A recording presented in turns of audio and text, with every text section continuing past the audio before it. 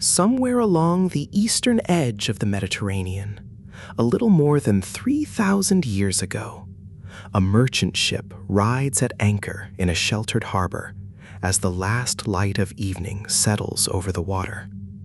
Its timbers creak softly against the gentle swell, and the ropes sigh as they take the strain. On the shore, small oil lamps begin to glow one by one in the windows of a crowded port town, and the smell of wood smoke and salt and drying fish drifts out across the bay. Somewhere behind the harbor wall, a potter banks the coals of a kiln for the night. A scribe presses a final line into wet clay by lamplight and sets his stylus down. This is a world at the very height of its confidence, stitched together by sea lanes and caravan roads, humming with trade and treaties and the endless movement of grain and copper and messages between kings. And it is a world that within a few short generations will almost entirely disappear. Tonight, we are going to travel slowly through that world and through its long, quiet unraveling. We are going to walk its harbors and its palace courtyards, sit in its workshops and its temples, and listen as gently as we can to the story of how a whole interconnected age of civilization came apart around the year 1200 before the Common Era. There is no need to hurry and nothing here to trouble your rest. Let the story move over you like the tide. Before we set out, though, I would love to hear from you. If you could lie back and listen to the story of any lost world at all, a forgotten city, a vanished empire, a ruler whose name has faded, a mystery that has never been solved, an age you have always quietly wondered about, which would you choose? Leave your suggestion in the comments below, and it may well become one of our future journeys together. This is still a very new and very small channel, only just finding its footing. And if you enjoy calm, immersive history like this, subscribing genuinely does make a difference. Every single new subscriber helps this quiet little corner of the world grow, and being among the first means a great deal. And if the sound of these stories helps you unwind at the end of the day, a gentle like before you drift off means more than you might think. Now settle in, let your shoulders soften, let your breathing slow, and let us step together into the late Bronze Age. To understand how much was lost, we first have to understand how much there was, because the world that fell apart was not a scattering of isolated kingdoms, each keeping to itself behind its own walls. It was something far more surprising, and in its own way, far more fragile. It was a network. For roughly 3 or 4 centuries before the collapse, the great powers of the Eastern Mediterranean and the Near East were bound together in a web of trade, diplomacy, marriage, and shared luxury that reached from the Nile to the Aegean, from the mountains of Anatolia to the rivers of Mesopotamia. Ships carried tin and copper and ivory across open water. Caravans of donkeys carried textiles and precious stones along dusty inland roads.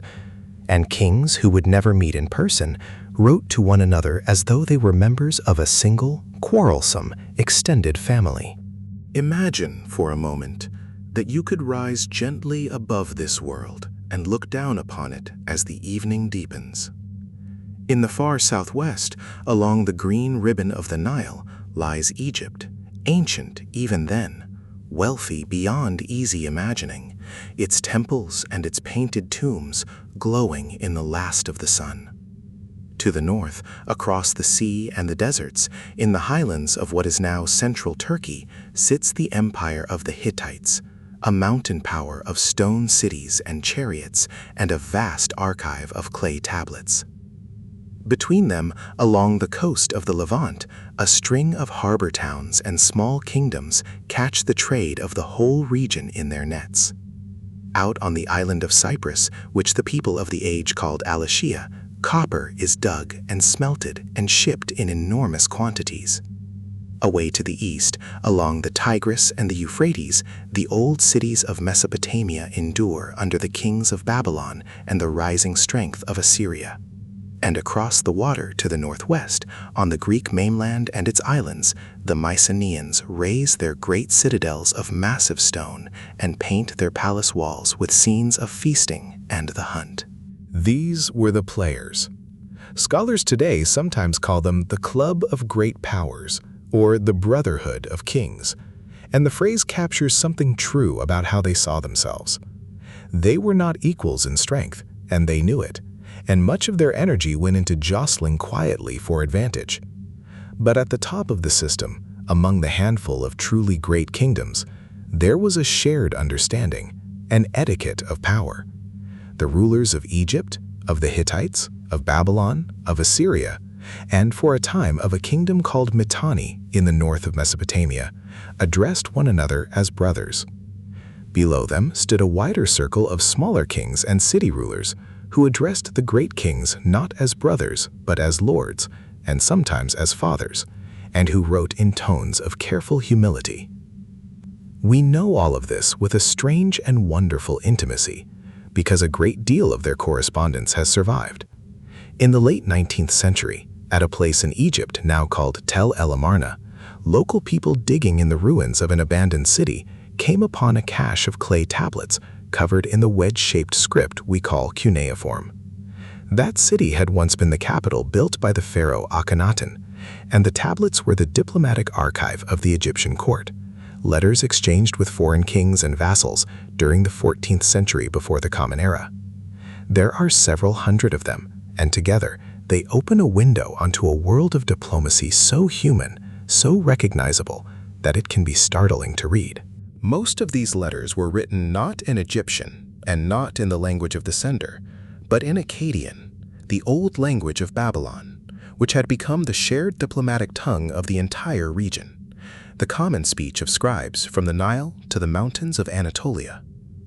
A trained scribe in Egypt and a trained scribe in the Hittite capital could understand one another perfectly on clay, even if their spoken languages shared almost nothing. There is something quietly moving in that. Across all those miles and all those borders, a common written language carried the words of kings back and forth, pressed into damp clay with a reed stylus and then dried hard in the sun. And what did the great kings say to one another in these letters that crossed the ancient world? Very often, they complained. They complained about the quality of gifts. They complained that a brother king had not sent enough gold, or that the gold he had sent was impure, or that his messengers had been kept waiting too long, or that he had failed to ask after their health when they had been ill. One king of Mitanni named Tushrata wrote again and again to the pharaoh about gold, about dowries, about the marriage of his daughter into the Egyptian royal house, wrapping his requests in the warm language of love and brotherhood, even as he pressed quite firmly for more. In Egypt, gold was said to be as plentiful as dust, and every other court in the region wanted its share. Beneath the courtesies, this exchange of gifts was really a form of trade and a form of politics at once. When a Babylonian king sent lapis lazuli, that deep blue stone carried from the distant mountains of the east, and received Egyptian gold in return, both kings gained something material and something less tangible. The flow of precious things kept the friendship alive, and the friendship kept the flow of precious things moving. Marriages did the same work. A princess sent from one royal house to another was a living treaty, a knot tied between dynasties, and the negotiations over her dowry and her escort and her welcome could stretch on for years. The pharaohs, it is worth noting, were famously willing to receive foreign princesses, but reluctant ever to send their own daughters abroad. And this asymmetry became a small, recurring point of friction, a splinter that the letters returned to more than once. Picture one of these letters beginning its journey. In a palace somewhere in the north, a king dictates his message to a scribe, who takes up a fresh tablet of clay, still soft and cool to the touch, and works quickly before it dries. The reed presses into the surface again and again, leaving its small triangular marks, and slowly the lines of Akkadian take shape. When the message is complete, the tablet is sealed and dried and wrapped, and it is handed to a messenger who joins a small party and sets out across the land or takes ship along the coast. That journey might take weeks. There were bandits on the roads and storms on the sea and long delays at borders, and a king who received his brother back late and irritable often blamed the host who had detained his envoy. And yet, remarkably, the letters got through.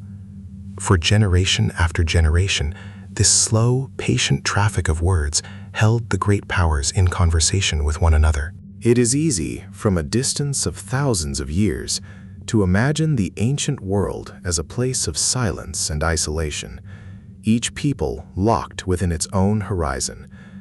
The reality was almost the opposite.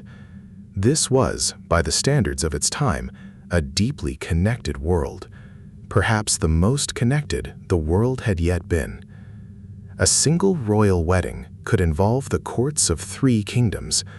A single shipment of copper could pass through the hands of half a dozen peoples before it was finally hammered into a blade or a cauldron. And precisely because the system was so connected, it carried within it a hidden vulnerability, one that no one at the time could clearly see. When everything is joined together, everything can be shaken together. But that is a thought for later in our journey. For now, let us simply rest in the fullness of this world, in the warmth of its lamplit palaces and the murmur of its harbors, and consider what it was actually built upon. Because underneath the poetry of brotherhood and the glitter of gifts, this entire civilization stood upon a single, humble, astonishing fact of chemistry. It was an age of bronze, and bronze, for all its beauty and its strength, was a metal that almost no one could make on their own. To make bronze, you need copper, and copper by itself is soft and rather disappointing as a material for tools or weapons. To turn it into something hard and useful, you have to add a small proportion of another metal, and the metal of choice in this age was tin.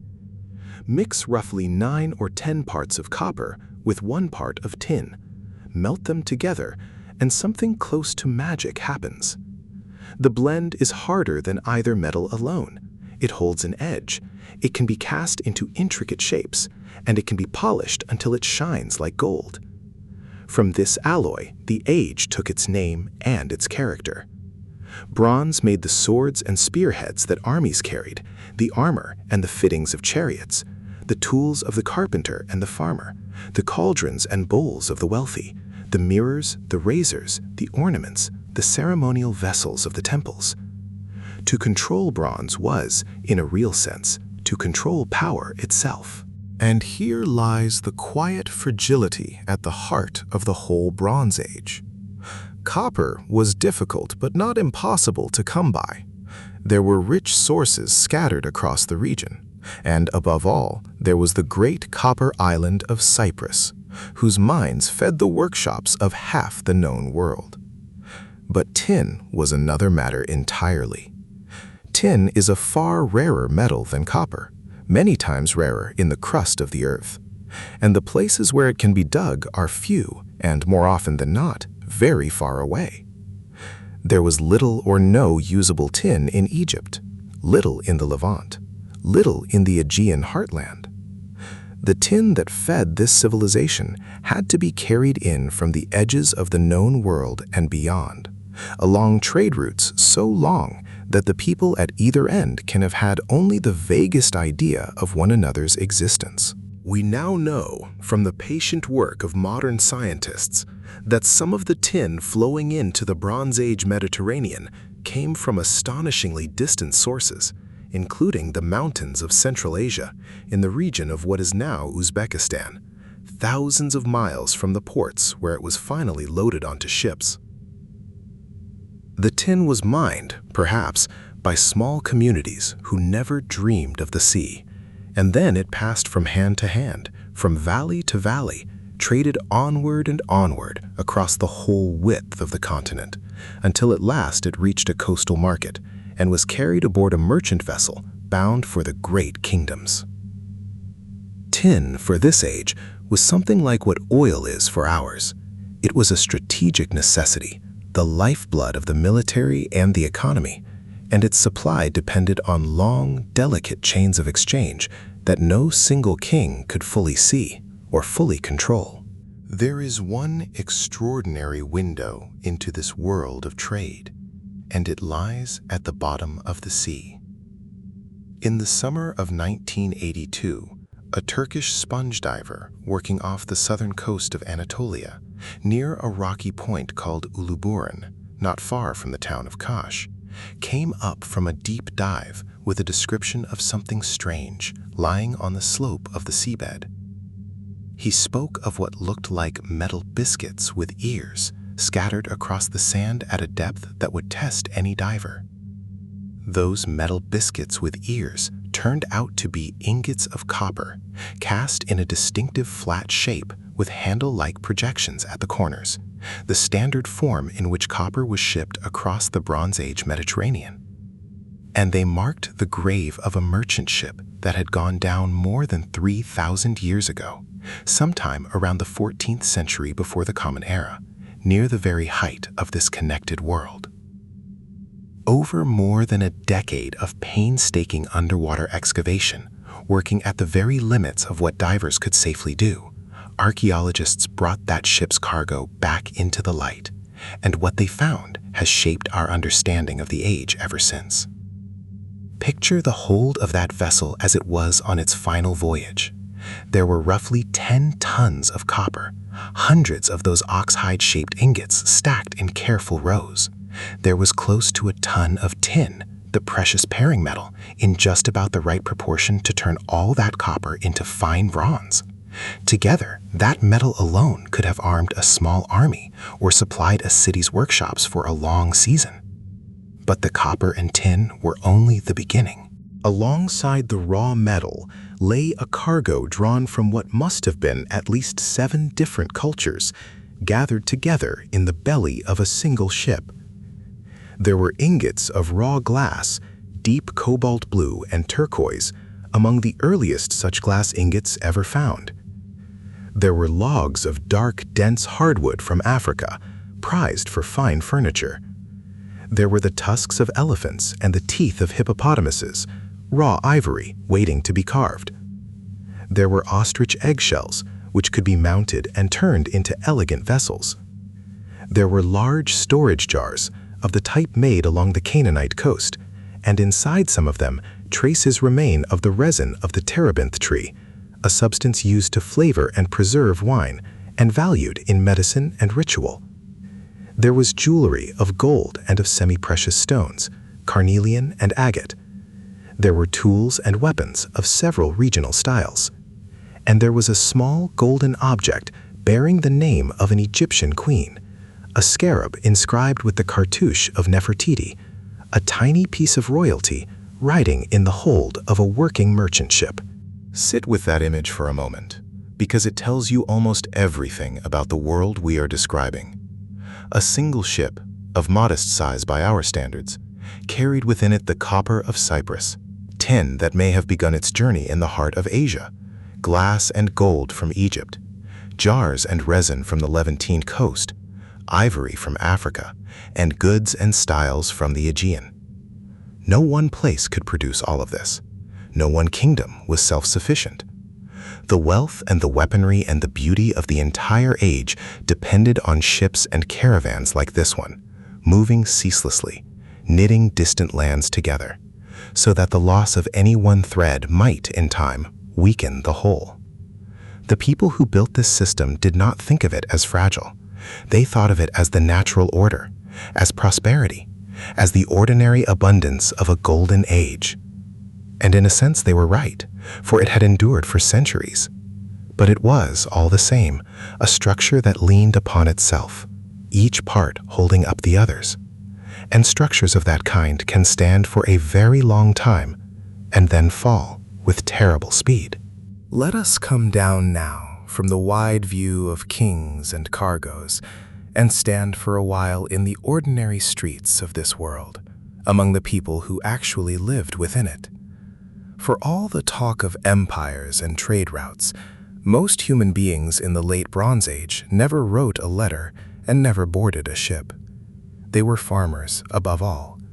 The vast wealth of the great kingdoms rested, in the end, on the patient labor of people bent over the soil, sowing barley and wheat, tending vines and olive trees, herding sheep and goats across the dry hillsides. The rhythm of their lives was the rhythm of the seasons, of planting and harvest, of the rains that came or did not come. And the whole shining structure above them, the palaces and the temples and the diplomacy of brothers, floated upon the surplus that these fields produced. When the fields were generous, the system flourished. When the fields failed, everything above them began to tremble. Hold that thought gently. We will return to it. But let us not rush toward the failing. Let us first simply be present in a city of this age, at its best. Imagine walking, in the cool of an early morning, through the gate of a thriving Bronze Age town along the eastern coast. The gate itself is a serious piece of work.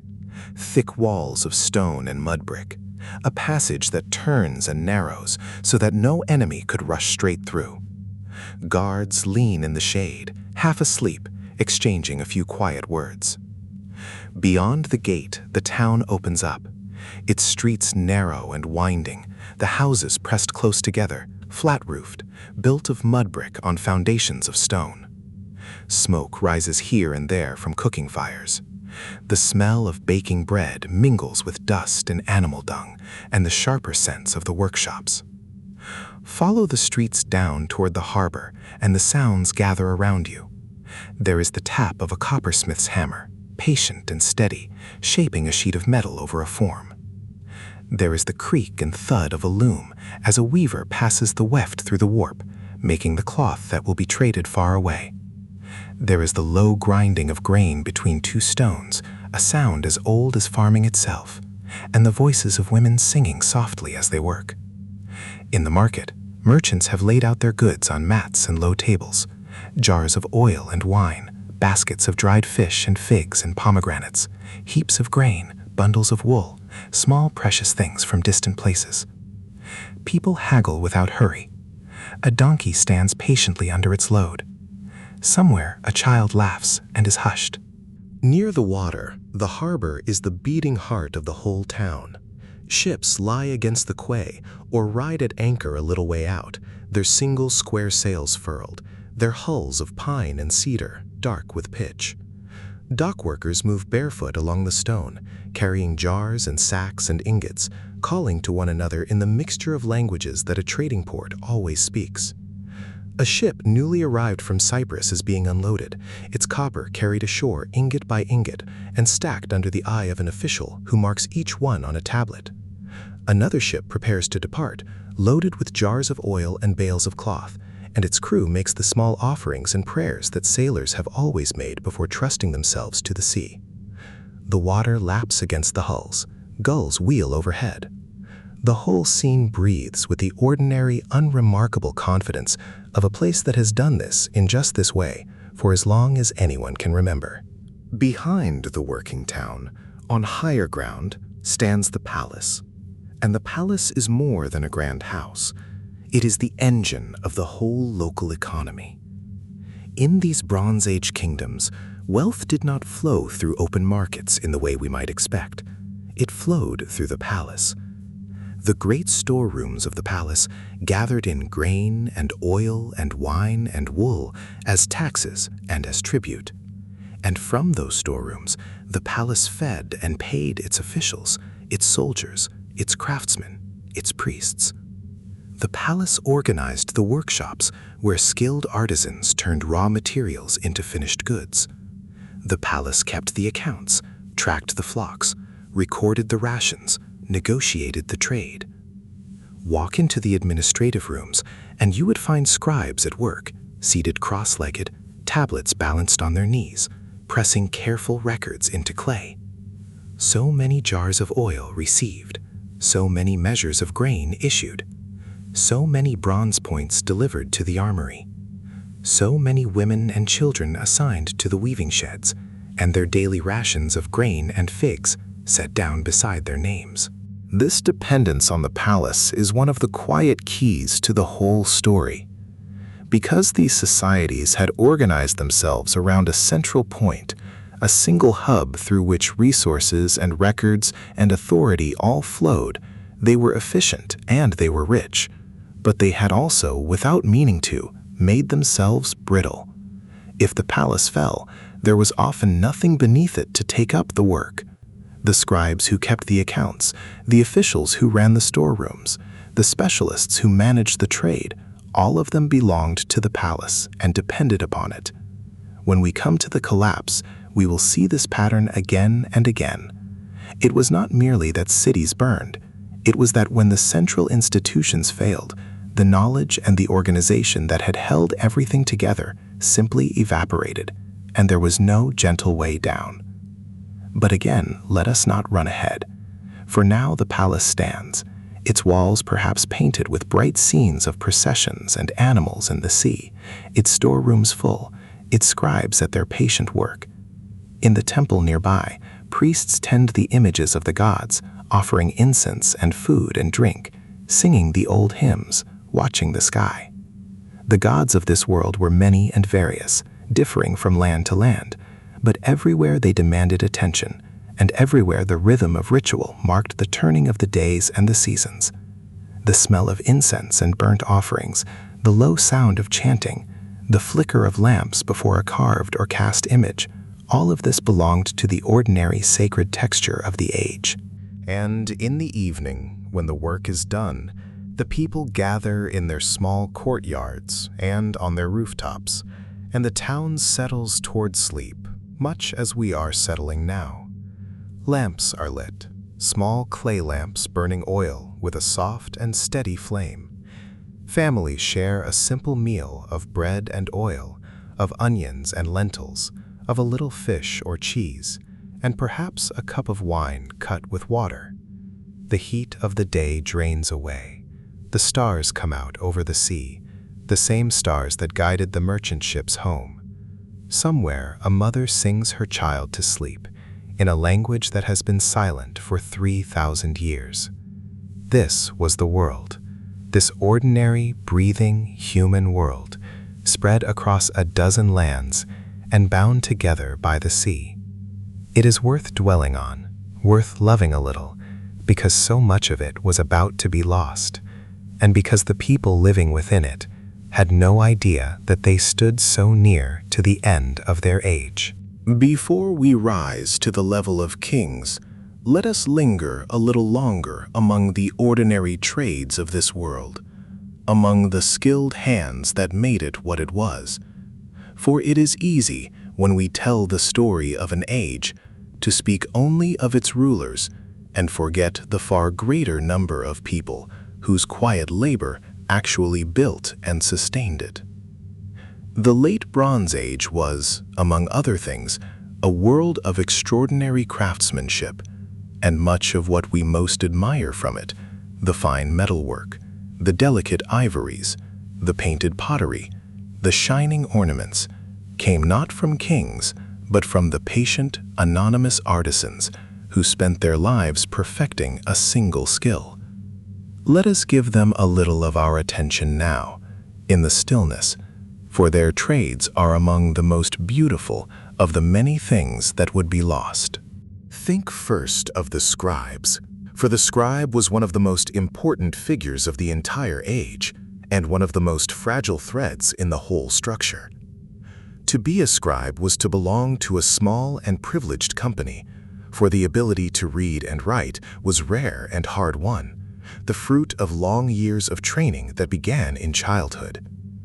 A young scribe learned by copying, again and again, the signs of the script until his hand knew them without thought.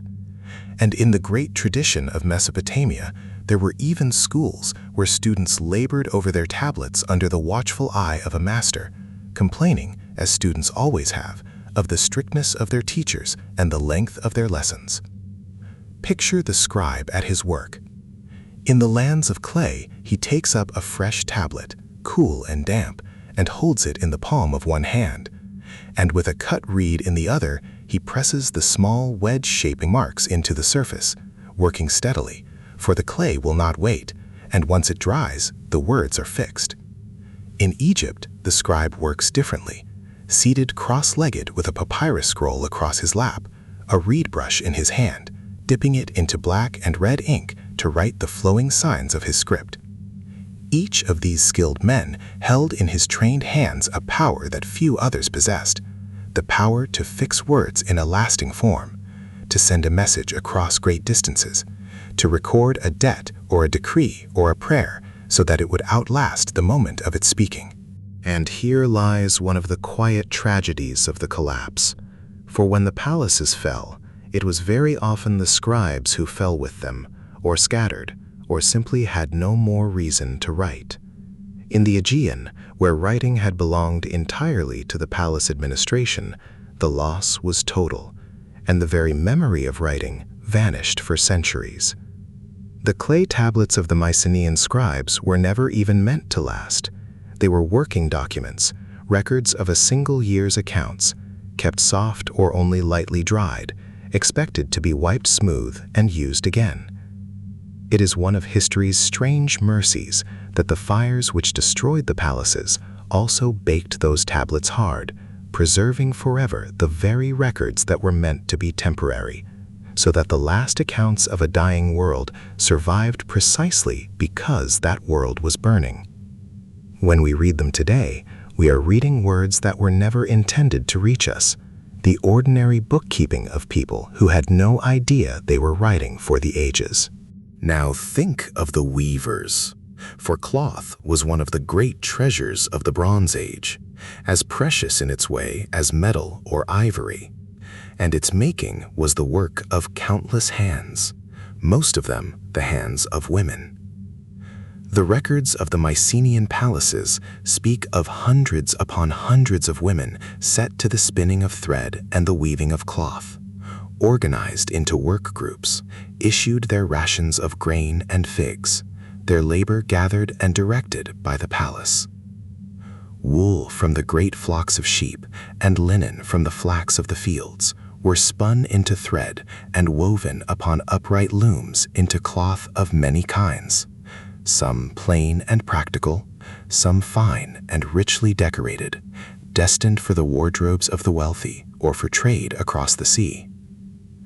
The soft, rhythmic clack of the loom would have been one of the constant background sounds of every town, a sound of patient women's work going on hour after hour, day after day, producing the textiles that clothed the living, honored the gods, and traveled in the holds of the merchant ships to distant lands.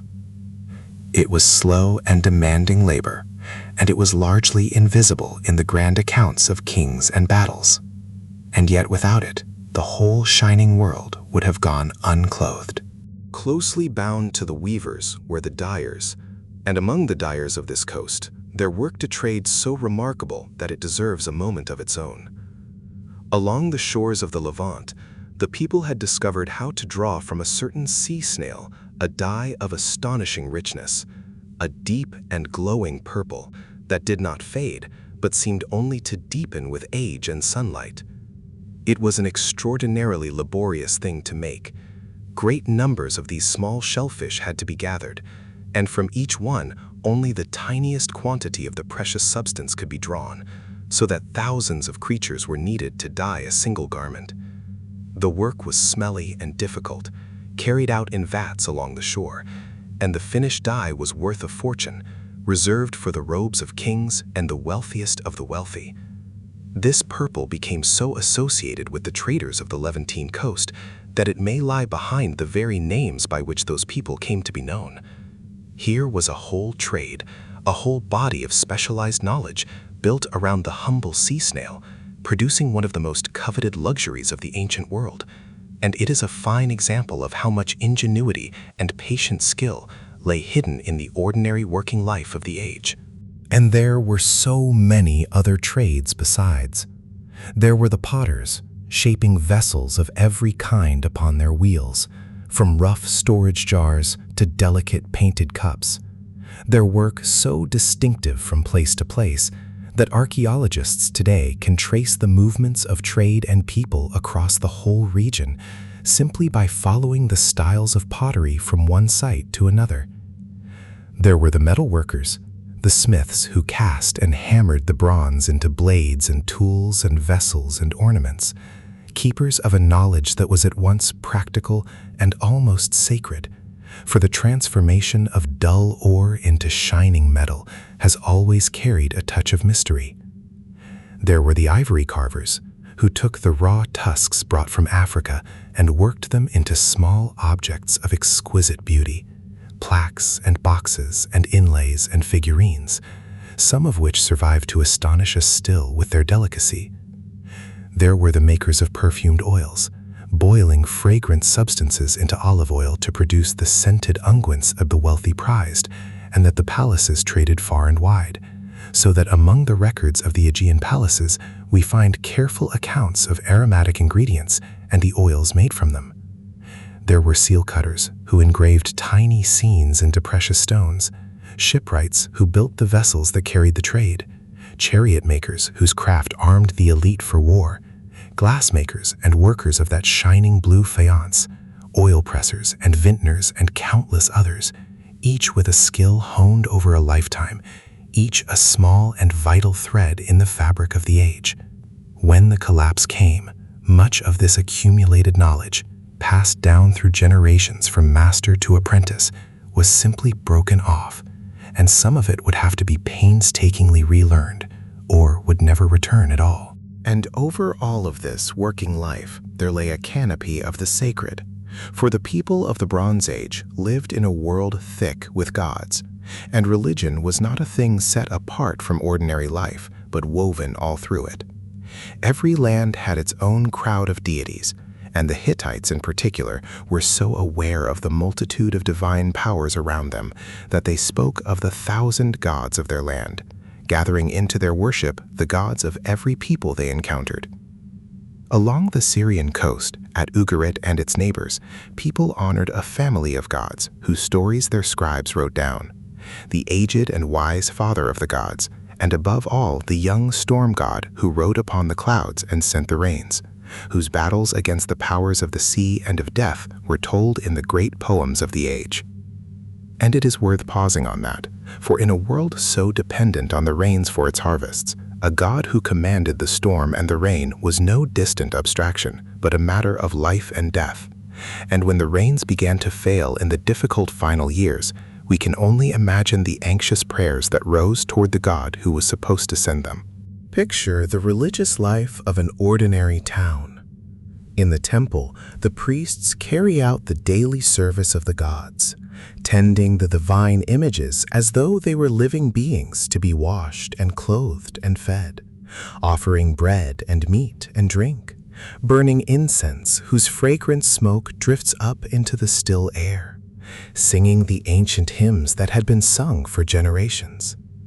The great festivals mark the turning of the year, drawing the whole community together in procession and feast and sacrifice, moments of shared joy and shared awe that bound a people together and set the rhythm of their common life.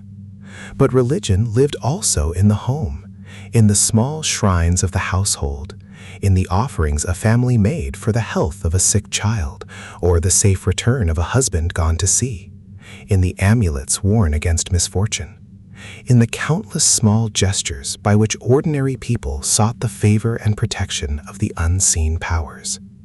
And everywhere there was the desire to know what was coming, to read the will of the gods and the shape of the future, so that specialists studied the flights of birds and the livers of sacrificed animals and the movements of the heavens, searching for signs, seeking guidance in a world that must often have seemed frighteningly beyond human control.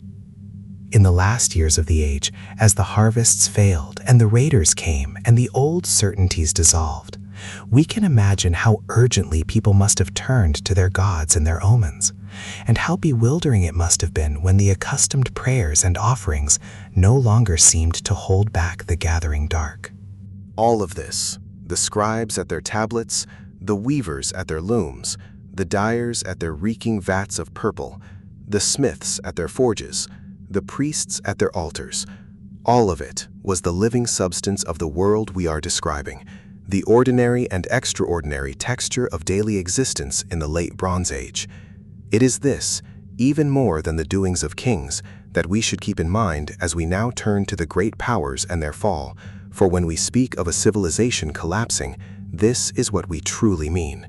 Not merely that palaces burned and dynasties ended, but that whole ways of life came apart, that skills nurtured over centuries were lost, that the daily rhythm of the loom and the wheel and the reed stylus fell silent in place after place. Let us hold the memory of these ordinary makers gently as we go, for they had no monuments and left no names, and the quiet dignity of their work is a large part of what makes the story of their world's ending so moving. Let us now move a little more closely among the great powers themselves, one by one, so that when they begin to fall, we will feel the weight of what is falling. And let us begin with the oldest, and in many ways, the most enduring of them all, the land of Egypt. By the time of our story, Egypt was already ancient. The Great Pyramids near the Nile were more distant in time from the Bronze Age kings we are describing than the age of those kings is from us. Egypt had risen and stumbled and risen again many times over, and in this period, which historians call the New Kingdom, it stood once more at a height of wealth and reach. Its pharaohs ruled a long, narrow country strung along the river, from the delta where the Nile spreads into the sea, down to the cataracts far to the south. And they projected their power outward into the lands of the Levant, holding vassal cities and trade routes and the flow of eastern goods. The wealth of Egypt was legendary. Its gold, drawn from the deserts and the southern lands, was the envy of every other court. And the phrase that gold was as plentiful as dust in Egypt was not entirely an exaggeration in the eyes of its neighbors. To stand in an Egyptian temple of this age would have been to stand within a forest of stone. Massive columns rose toward painted ceilings, their surfaces carved with images of gods and kings and covered in the flowing script we call hieroglyphs. Sunlight fell in shafts through high openings, catching the drifting incense smoke. Priests moved through their daily rounds, washing and dressing and feeding the images of the gods, for the divine images were treated as living presences to be cared for. Outside, the fields of the Nile Valley stretched green and generous, watered by the river's yearly flood, which for thousands of years had risen and fallen with a reliability that made Egypt the breadbasket of the region. That reliability mattered a great deal, and we will see when the difficulty years came that even Egypt's neighbors turned to it in their hunger. Far to the north of Egypt, up beyond the coast of the Levant, and into the high, cold plateau of central Anatolia, lay a very different kind of power. This was the empire of the Hittites, a people who spoke a language belonging, we now know, to the great Indo-European family, and who had built, over several centuries, one of the most formidable states of the age. Their heartland was a land of harsh winters and dry summers, of rolling uplands and rocky ridges, and their capital, a city called Hattusa, was raised upon a high and defensible position among the hills. To approach Hattusa was to see walls of enormous stone climbing the slopes, gates guarded by carved lions and by figures of gods and warriors, and beyond the walls a sprawl of temples and storehouses and the great archive rooms where the empire kept its memory. For the Hittites were, above all, keepers of records. In the ruins of Hattusa, archaeologists have found tens of thousands of clay tablets, the working documents of a great state. There are treaties and laws, prayers and rituals, letters and myths, careful accounts of the doings of kings. From these tablets, we know the Hittites not as shadows, but as a living people, anxious about their borders, devoted to their many gods, forever managing the tribes on their frontiers and the ambitions of their rivals. Chief among those rivals, for a long stretch of years, was Egypt itself, and the rivalry between these two powers over the rich lands of Syria produced, in the early 13th century before the Common Era, one of the most famous confrontations of the ancient world. Near a place called Kadesh, in what is now Syria, the armies of Egypt under the pharaoh Ramesses II and the armies of the Hittites under their king Muwatalli II met in an enormous battle, waged with thousands of chariots wheeling across the plain. It was, by the standards of the age, a vast clash of arms, and both sides afterward claimed victory, as both sides often did. Ramesses II had the story of the battle carved across the walls of his temples, casting himself as a lone hero holding off the enemy through sheer courage. The truth, as far as we can reconstruct it, was messier and more inconclusive. But the truly remarkable thing about Kadesh is not the battle. It is what came afterward. Some years later, Egypt and the Hittites made peace, and they set that peace down in a formal treaty, sworn before the gods of both lands. That treaty survives, in versions from both sides, and it is often called the earliest recorded peace treaty in human history, a document in which two great powers, having tested one another in war, chose instead to bind themselves in friendship, to return one another's fugitives, and to come to one another's aid. It stands as a quiet monument to the possibility of diplomacy, and it is worth remembering as we move toward the darkness, that this was also an age capable of that. Now let us cross the water to the northwest, to the mainland of Greece and its islands, where a very different civilization had come into its own. We call them the Mycenaeans, after one of their greatest citadels, the city of Mycenae, though they would not have called themselves by that name. These were the people whose memory, dimly and distantly, would one day echo through the poems of Homer. The warriors of the age of heroes, the Achaeans who, in legend, sailed against Troy. In their own time, they were a people of fortified hilltop palaces, of skilled craftsmen and traders and fighting men, and their reach extended across the Aegean and beyond. To come upon a Mycenaean citadel was to feel the confidence of the people who built it.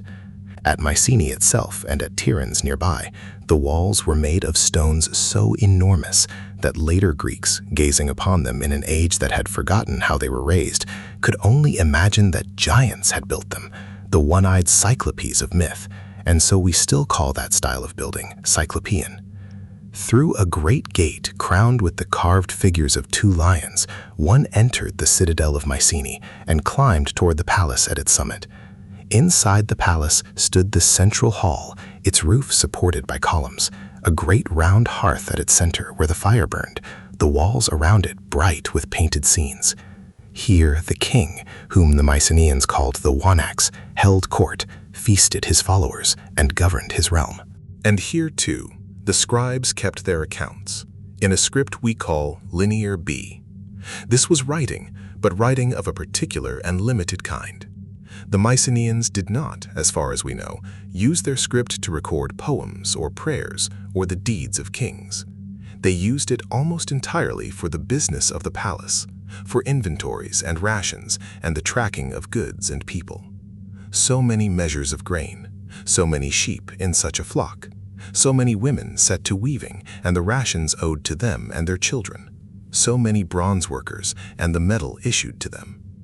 Linear B was the bookkeeping of a palace economy, and this fact, small as it seems, carries a heavy meaning for our story.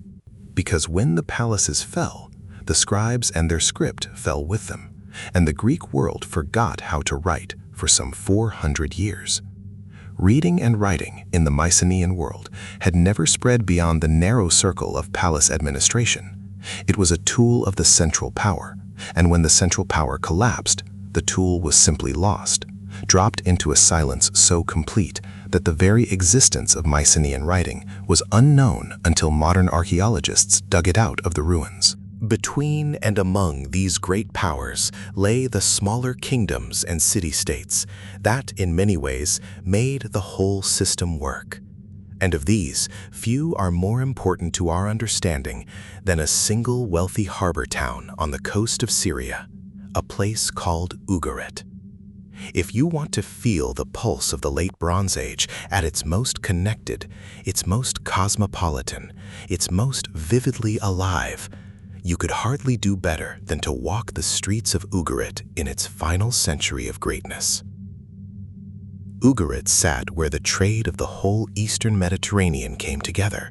Ships from Cyprus and the Aegean, caravans from the interior of Syria and beyond, merchants carrying the goods of Egypt and the Hittite lands, all passed through its harbor and its markets.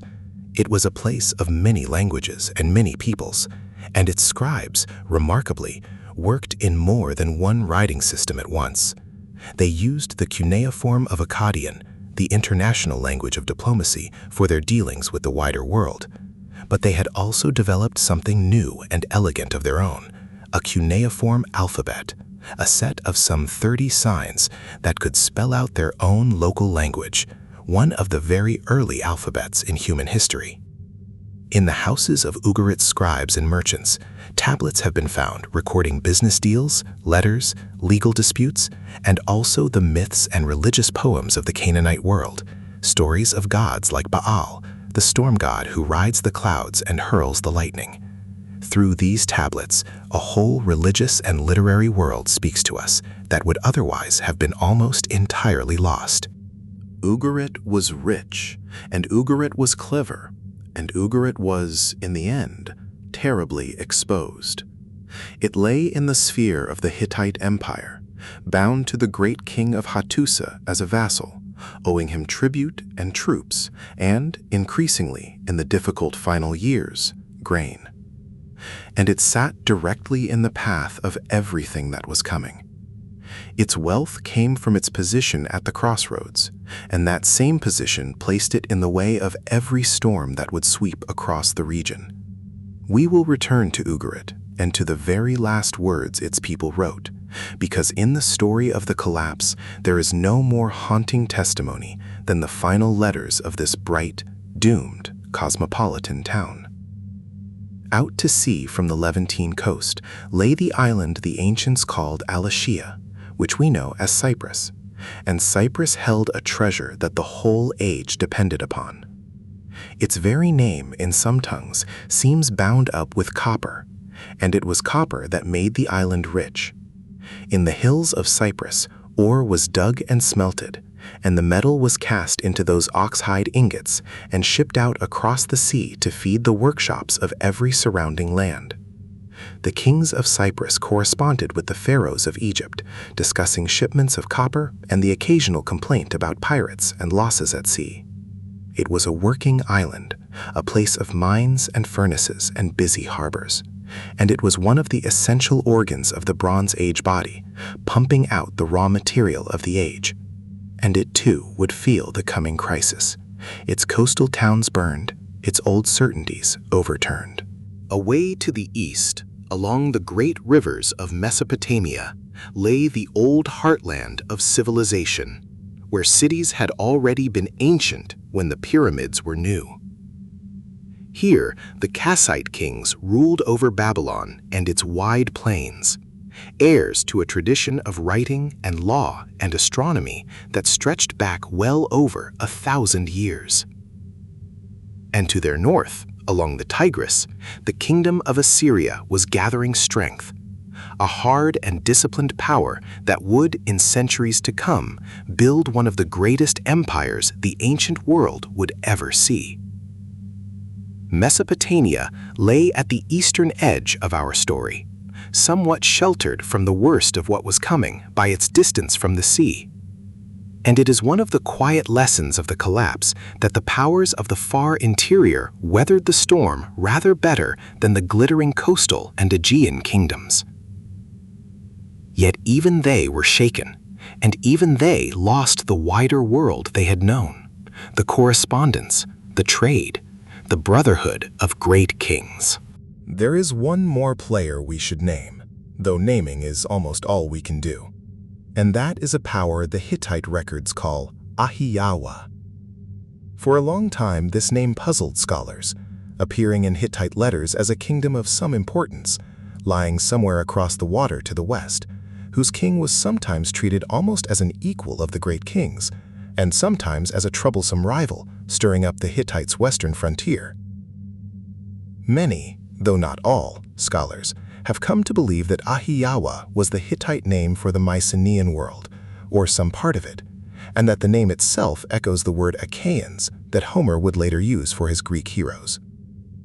If this identification is correct, and it remains a matter of scholarly discussion rather than certainty, then the Hittite tablets preserve, from the other side, a memory of the Mycenaean Greeks meddling along the coast of Anatolia, in a region that included a city the Hittites called Wilusa, a name that may itself lie behind the Greek Ilios, another word for Troy.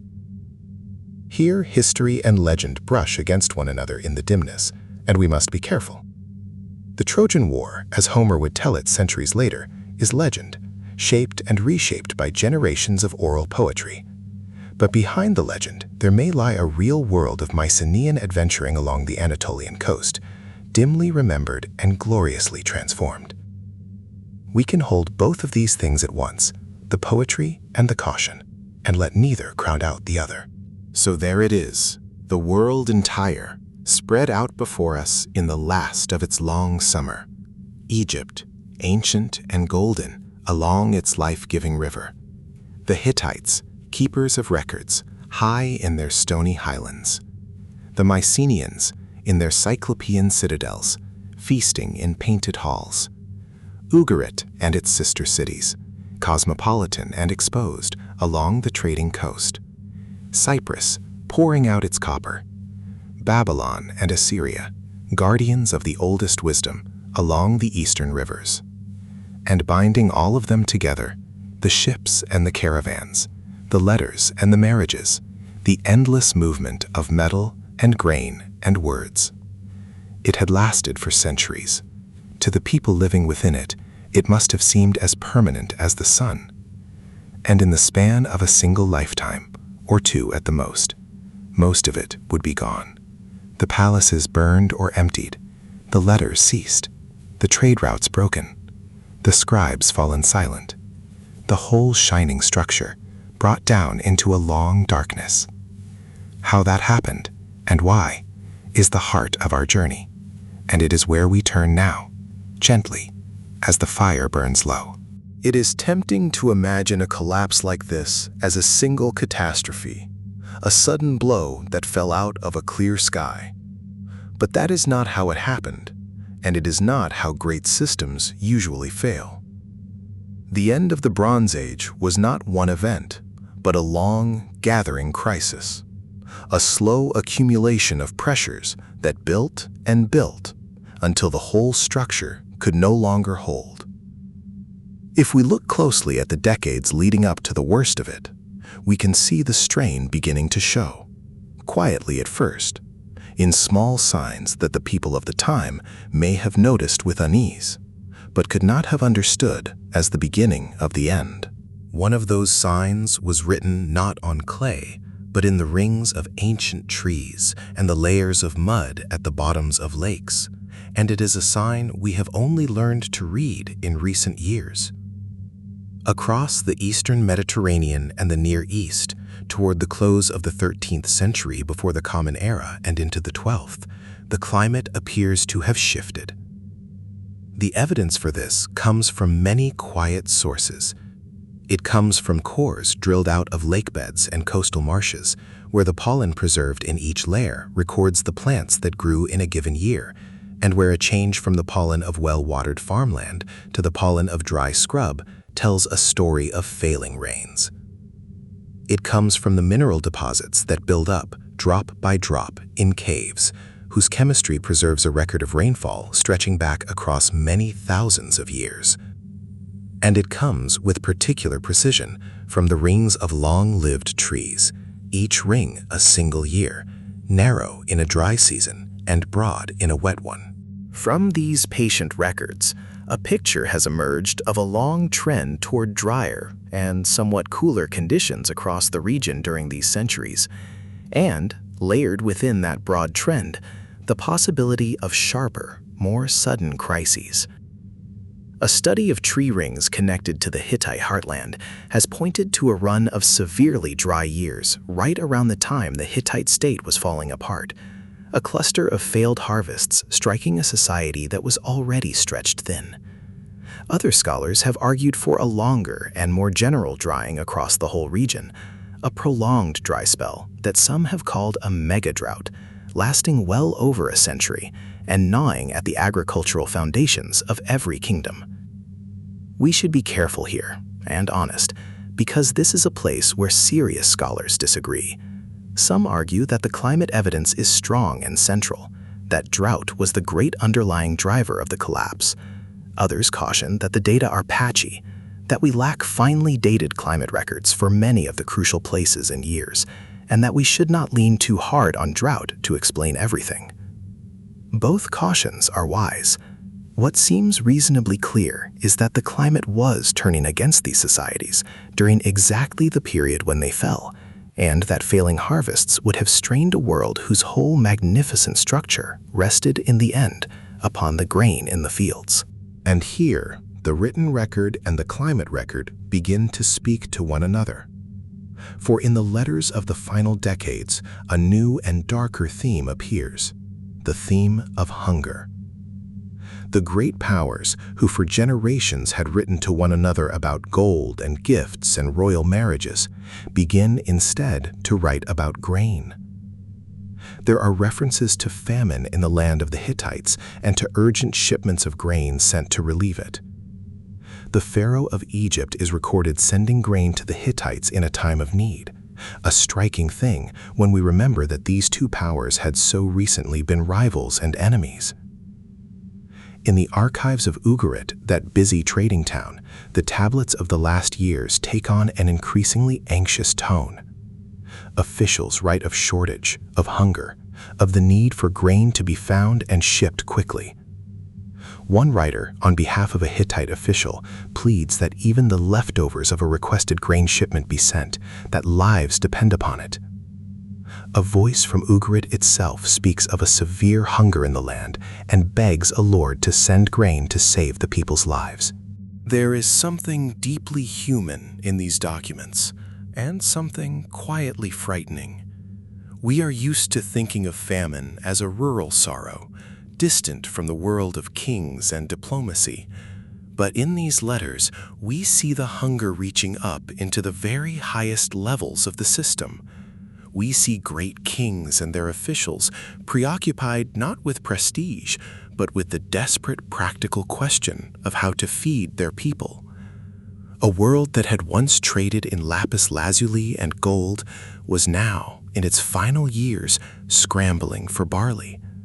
The grain that had always simply been there, flowing up from the reliable fields into the storerooms of the palaces, was no longer simply there.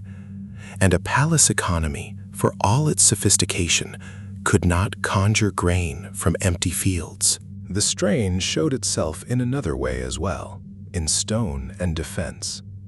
If we look at the Mycenaean citadels in the decades before the collapse, we find them changing, and the change speaks of fear. At Mycenae, at Tiryns, at Athens, the people undertook enormous new works of fortification. They extended and strengthened their already massive walls, and, most tellingly of all, at several sites, they went to extraordinary lengths to secure their water supply, cutting deep passages down through the rock to reach underground springs, so that even under a long siege, cut off from the outside, the people within the walls could still draw water. This is not the behavior of a confident and untroubled world. This is the behavior of communities that have come to expect attack, that are preparing to shut themselves away and endure. Something had made these people afraid, whether it was raiders from the sea, or rival Mycenaean kingdoms turning on one another, or the general breakdown of order in a hungry and frightened age. The stones themselves record a rising anxiety in the years before the fall. And in the far south, in Egypt, the first clear military shock arrives, recorded in the pharaoh's own inscriptions. In the years around the end of the 13th century before the Common Era, during the reign of the pharaoh Merneptah, a son of the long-lived Ramesses II, Egypt faced a serious invasion in its western delta. A coalition came against it, made up of Libyans from the western deserts, together with a set of allied peoples who had come, the Egyptians said, from the sea and from the north. Merneptah met them and defeated them, and he had the victory carved upon the walls of his monuments, listing the strange names of the sea-born peoples who had joined the assault. These are among the first appearances in the record of the groups that later generations would gather under a single sweeping name, the Sea Peoples. We will come to that name, and to the great puzzle of who these people actually were, very soon. For now, it is enough to notice that already, in Merneptah's day, before the worst of the collapse, Egypt was fighting off attackers who came across the water, peoples on the move, groups uprooted and pressing into new lands. The great disturbance had begun. Set these signs beside one another, and a pattern emerges, though it is a pattern we can see far more clearly than anyone alive at the time possibly could. The climate turning dry, the harvests faltering, the letters filling with talk of hunger, the great kingdoms sending one another grain in a spirit less of brotherhood than of shared desperation, the citadels raising their walls and securing their springs against an expected assault, and already, along the coasts, peoples in motion, raiders and migrants pressing against the borders of the settled kingdoms. No single one of these would necessarily have been fatal. These societies had endured droughts before, had fought off raiders before, had known hungry years and recovered. They were not weak. The Hittite Empire had stood for centuries. Egypt was older still. The trade networks had survived countless individual storms and shipwrecks and wars. What made this crisis different was not any one of its elements, but the way they came together, reinforcing one another, striking a connected and therefore vulnerable world all at once, so that before any one wound could heal, the next was already opening. Imagine for a moment standing in the harbor of a coastal town in these years, in the ordinary daylight, and feeling that something has changed, though you could not quite say what. The ships come less often now. The prices in the market have risen, and there is grumbling about the cost of grain. Word arrives of trouble along the coast to the north, of towns raided, of people fleeing. The soldiers of the local king are called away, and then called away again, and the walls are being repaired with an urgency that was not there in your father's time. The letters that the palace scribes send out speak more and more of shortage and of danger. And yet the sun still rises over the sea, the fishermen still put out in the morning, the potter still turns his wheel, and life goes on. Because life always goes on, right up until the moment it cannot. The people of the late Bronze Age were not fools, and they were not passive. They fortified, they negotiated, they shipped grain, they prayed. They did everything a reasonable people could do. But they were caught inside a system whose failure was larger than any of them, and larger than all of them together. There is a particular poignancy in the way the strain gathered first in the letters, in that patient traffic of clay tablets that had held the great powers in conversation for so long. The very network that had bound this world together now carried, back and forth across the sea and the land, the growing evidence of its own unraveling. The same roads and sea lanes that had once brought gold and lapis and marriage proposals now brought pleas for grain and warnings of raiders. The brotherhood of kings, in its final years, became a brotherhood of the frightened, each ruler turning to the others for help that they were increasingly unable to give, because all of them were caught in the same tightening grip. And then, one by one, over a span of years that must have felt at once agonizingly slow and terrifyingly fast, the letters stopped. The palaces that had sent them burned or emptied. The scribes who had written them scattered or died. And the silence that followed would last in many places for centuries. Before we follow that silence down into the darkness, Let us pause and breathe and let the fire settle. There is no need to feel this too heavily. We are watching, from a very great distance and in perfect safety, the turning of an age, the way a whole world can be full and confident and beautiful, and then slowly, gently, and finally can pass. It is one of the oldest human experiences, this watching of things end, and there is a strange comfort in it, in knowing that endings have always come, and that always, always, something new has risen afterward from the quiet. Hold that thought as we go on, for now we come to the collapse itself, and to the voices of the people who lived through it, and there is no more moving place to begin than the trading town of Ugarit, and the very last words its people ever wrote.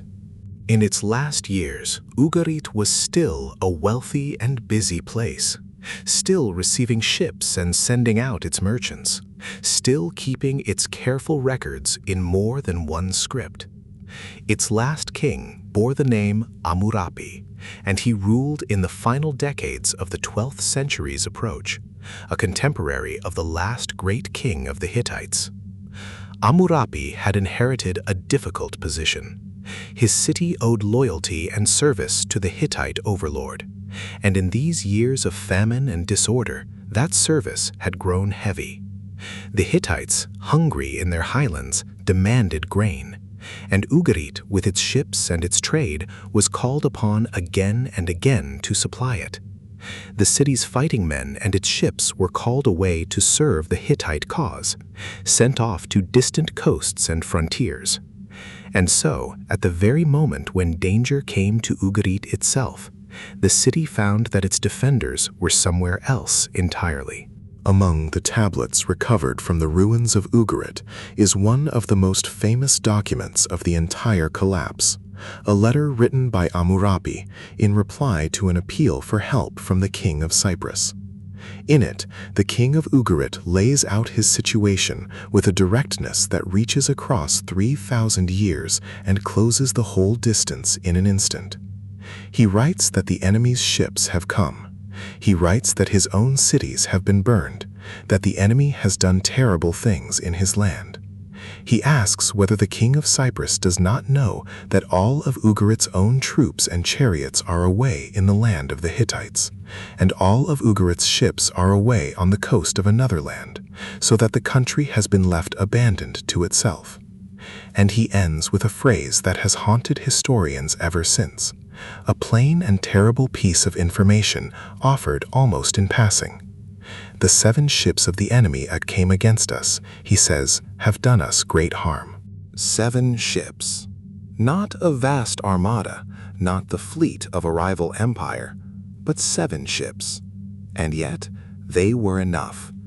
Because the great trading city, for all its wealth and all its cleverness, had been hollowed out by the crisis of the age, and stripped of its defenders by the demands of its overlord.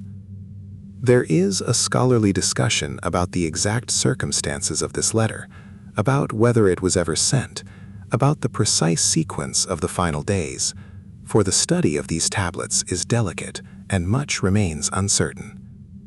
But the broad picture is clear enough and heartbreaking enough. Ugarit stood exposed, its soldiers and its ships far away, and a relatively small force of raiders from the sea was able to fall upon it and burn it. And Ugarit was not rebuilt.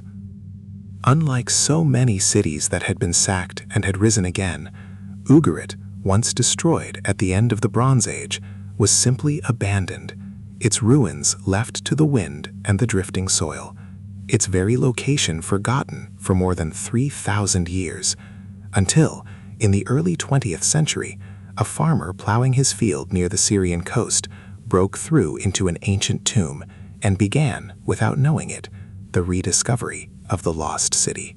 Think of the last hours of Ugarit not as a spectacle, but as a quiet and human thing. The scribes at their tablets, keeping the records to the very end.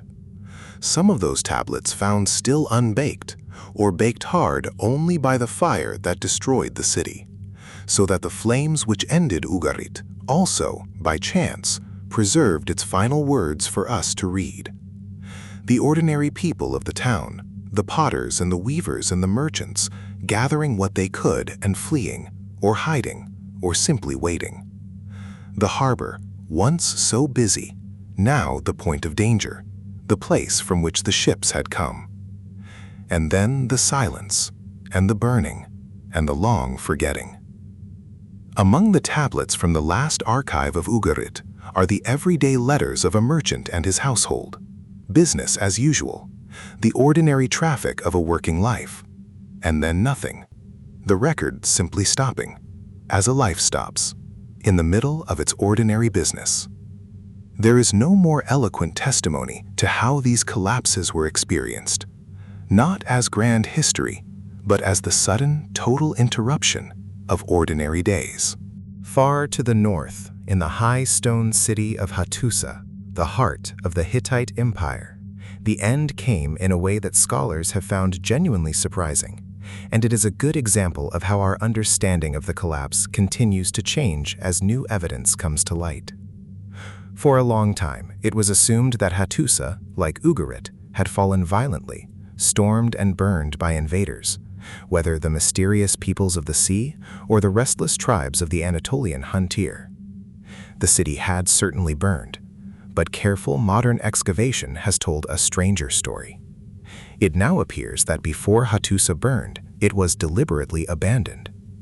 The royal administration seems to have gathered up the things that mattered most, the valuable stores, the important objects, and to have simply left, emptying the great capital of its treasures and its government in an organized way. Only afterward, once the city stood empty, or nearly so, was it burned. Whether that fire was set by raiders picking over an abandoned shell, or by others, or even in some deliberate act of closure, we cannot say with certainty. This changes the picture in a quiet but important way. The Hittite capital, it seems, was not so much overwhelmed as let go. The empire that had governed from Hattusa for centuries, that had kept its tens of thousands of tablets and fought its great wars and made its famous peace with Egypt, appears in its final years to have simply lost the ability to sustain its own center. The last king whose name we know, Suppiluliuma II, came to the throne in the empire's twilight and recorded some victories, including a sea battle off the coast of Cyprus, one of the earliest recorded naval battles in history. But the victories, if that is what they were, could not hold back the tide. The frontiers pressed in. The harvests failed. The grain that had to be brought from far away grew harder and harder to obtain. And at some point, whether in a single crisis or over a span of difficult years, the decision was made or forced to abandon the great city. The royal line of the Hittites vanishes from the record. The tablets stop. Hattusa, on its high and windy ridge, was left to the silence and the grass, its lion gates staring out over an empty land. Across the Aegean, the Mycenaean palaces met their ends in the same broad span of years, and here too the picture is one of destruction, though the causes are argued over. One after another, the great citadels were struck. Palaces burned. The one at Pylos in the southwest of the Greek mainland, the seat of a king that later legend would remember as wise old Nestor, was destroyed by fire. And in that fire, once again, the flames preserved what they consumed. For the clay tablets of the palace archive were baked hard in the blaze, and so survived to be read. Among the very last records of Pylos are tablets that seem to speak of urgent defensive preparations, of watchers posted along the coast, of rowers assigned to ships, of a kingdom bracing itself against a threat from the sea. And then, as everywhere else, the records stop. The palace does not rise again. The scribes are gone. What is striking about the Mycenaean collapse is how complete the loss of the palace system was, and how much went down with it. When the palaces fell, they did not simply change hands. The whole structure of Mycenaean civilization, which had been built so tightly around the palaces, came apart. The specialized crafts that the palaces had supported declined. The long-distance trade that the palaces had organized withered. The art of building in great cut stone was forgotten. And, as we have seen, writing itself vanished, because writing had belonged entirely to the palace administration, and when the administration was gone, there was no longer any reason or any means to write. Greece entered a long period that scholars have called the Dark Age, not because it was necessarily a time of unrelieved misery, but because it is dark to us, unlit by any written record, a stretch of some 4 centuries during which the Greek world lived without cities of the old kind, without palaces, without writing, in smaller and simpler communities scattered across the land. Population fell, grand buildings ceased. The memory of the Mycenaean age did not entirely disappear, but it slipped out of history and into legend, carried forward only by the spoken word, by poets who told and retold the stories of a lost age of heroes, until centuries later those stories were woven into the great poems we attribute to Homer, in which the dim memory of the Mycenaean world glimmers through the imagination of a much later time. And so we come, at last, to the great confrontation that later ages would place at the very center of the collapse, the moment recorded on the walls of an Egyptian temple, the moment when the peoples of the sea came against Egypt itself and were, for once, thrown back.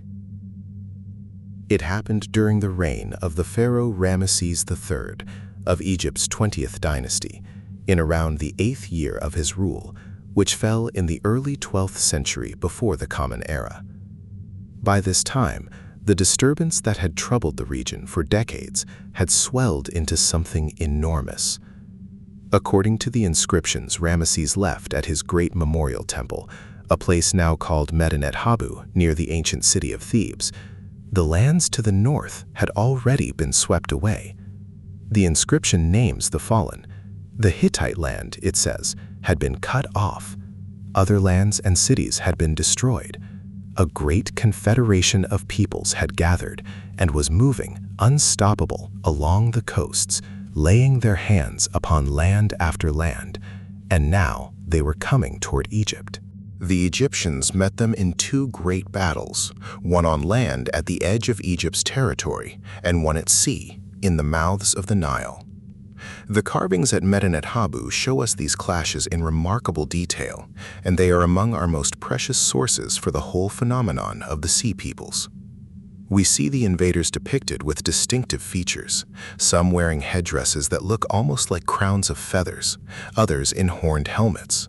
And, most tellingly of all, we see that these were not only warriors.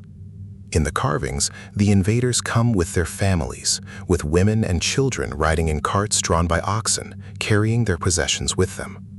These were not merely raiders looking for plunder to carry home. At least some of them were peoples on the move, whole communities uprooted and migrating, looking for new land to settle, driven from wherever they had come by pressures we can only guess at. They had come to stay, if they could. Ramesses III, by his own account, defeated them. He describes the land battle and the sea battle as great victories, in which the invaders were caught, as he puts it, like birds in a net, driven back from the shores of Egypt, slaughtered or captured. And there does seem to be real truth behind the boast, for Egypt, alone among the great powers of the region, survived the collapse as a recognizable state. It was diminished. It lost its holdings in the Levant, its wider reach, much of its old power and confidence. The century that followed Ramesses III saw Egypt turn inward, weaken, and fragment. And even during his reign there were troubling signs, including what may be the first recorded labor strike in history, when the workers who built the royal tombs, unpaid and unfed. But should we blame them? Here we arrive at one of the deepest and most fascinating questions in all of ancient history, and it is a question we must approach with real care, for it is a place where the honest answer is that we do not fully know, and where the temptation to tell a simple story is very strong. Who were the Sea Peoples? Where did they come from? And were they truly the cause of the collapse, the destroyers who brought down an age? Or were they something more complicated, themselves as much victims of the Great Crisis as its authors, swept along in a catastrophe far larger than any of them? Let us sit with that question, gently, in the quiet, and see how far the evidence can carry us and where it leaves us, honestly, in wonder. The first thing to understand about the Sea Peoples is that the name itself is modern. The Egyptians never used it. It was coined in the 19th century by a French scholar studying the temple inscriptions, and it stuck because it was vivid and convenient, and because it captured something real about how the Egyptians described these enemies as coming from the sea, from the islands, from the north. But the name has also done a certain amount of mischief because it makes us imagine a single people, a unified nation of seafarers, when the reality was almost certainly nothing of the kind. The Egyptian records do not describe one people. They describe a confederation, a coalition of many different groups with many different names, joined together in a common movement. And it is those individual names, strange and tantalizing, that have launched more than a century of scholarly detective work. The inscriptions list them. There are the Peliset, and the Checker, and the Shekelesh, and the Denyen, and the Weshesh, and, appearing in the records of different reigns, the Shurden, the Teresh, the Luka, the Ekwesh. These names meant something to the Egyptian scribes who carved them, but to us they are half-riddles, and scholars have spent generations trying to match them to known peoples and places. Some of the proposed connections are intriguing.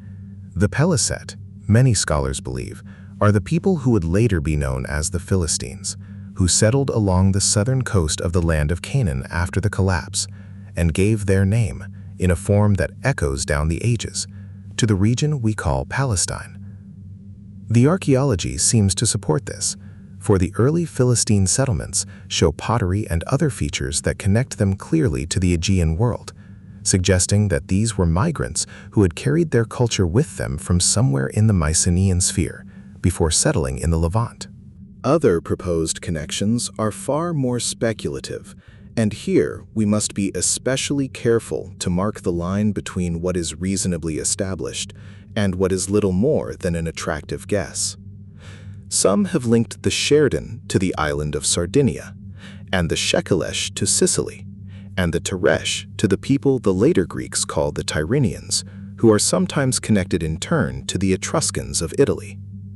Some have linked the Denyen to the Danans, another name Homer uses for the Greeks, and the Ekwesh, appearing in the earlier records, to the Achaeans, and so to the Mycenaean world once again. These are seductive connections, built often on nothing more than the resemblance of one name to another, and resemblances of that kind are treacherous guides across 3,000 years and many languages. Some of these identifications may well contain truth, others may be entirely mistaken, coincidences of sound that have led scholars astray. The honest position is that we simply do not know, for most of these groups, exactly who they were or exactly where they came from, and anyone who tells you the matter is settled is telling you more than the evidence allows.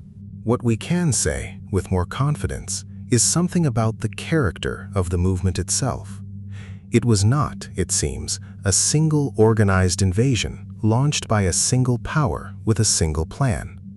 It was something more like a great churning, a series of migrations and raids and displacements that rolled across the region over a span of decades, drawing in different peoples at different times.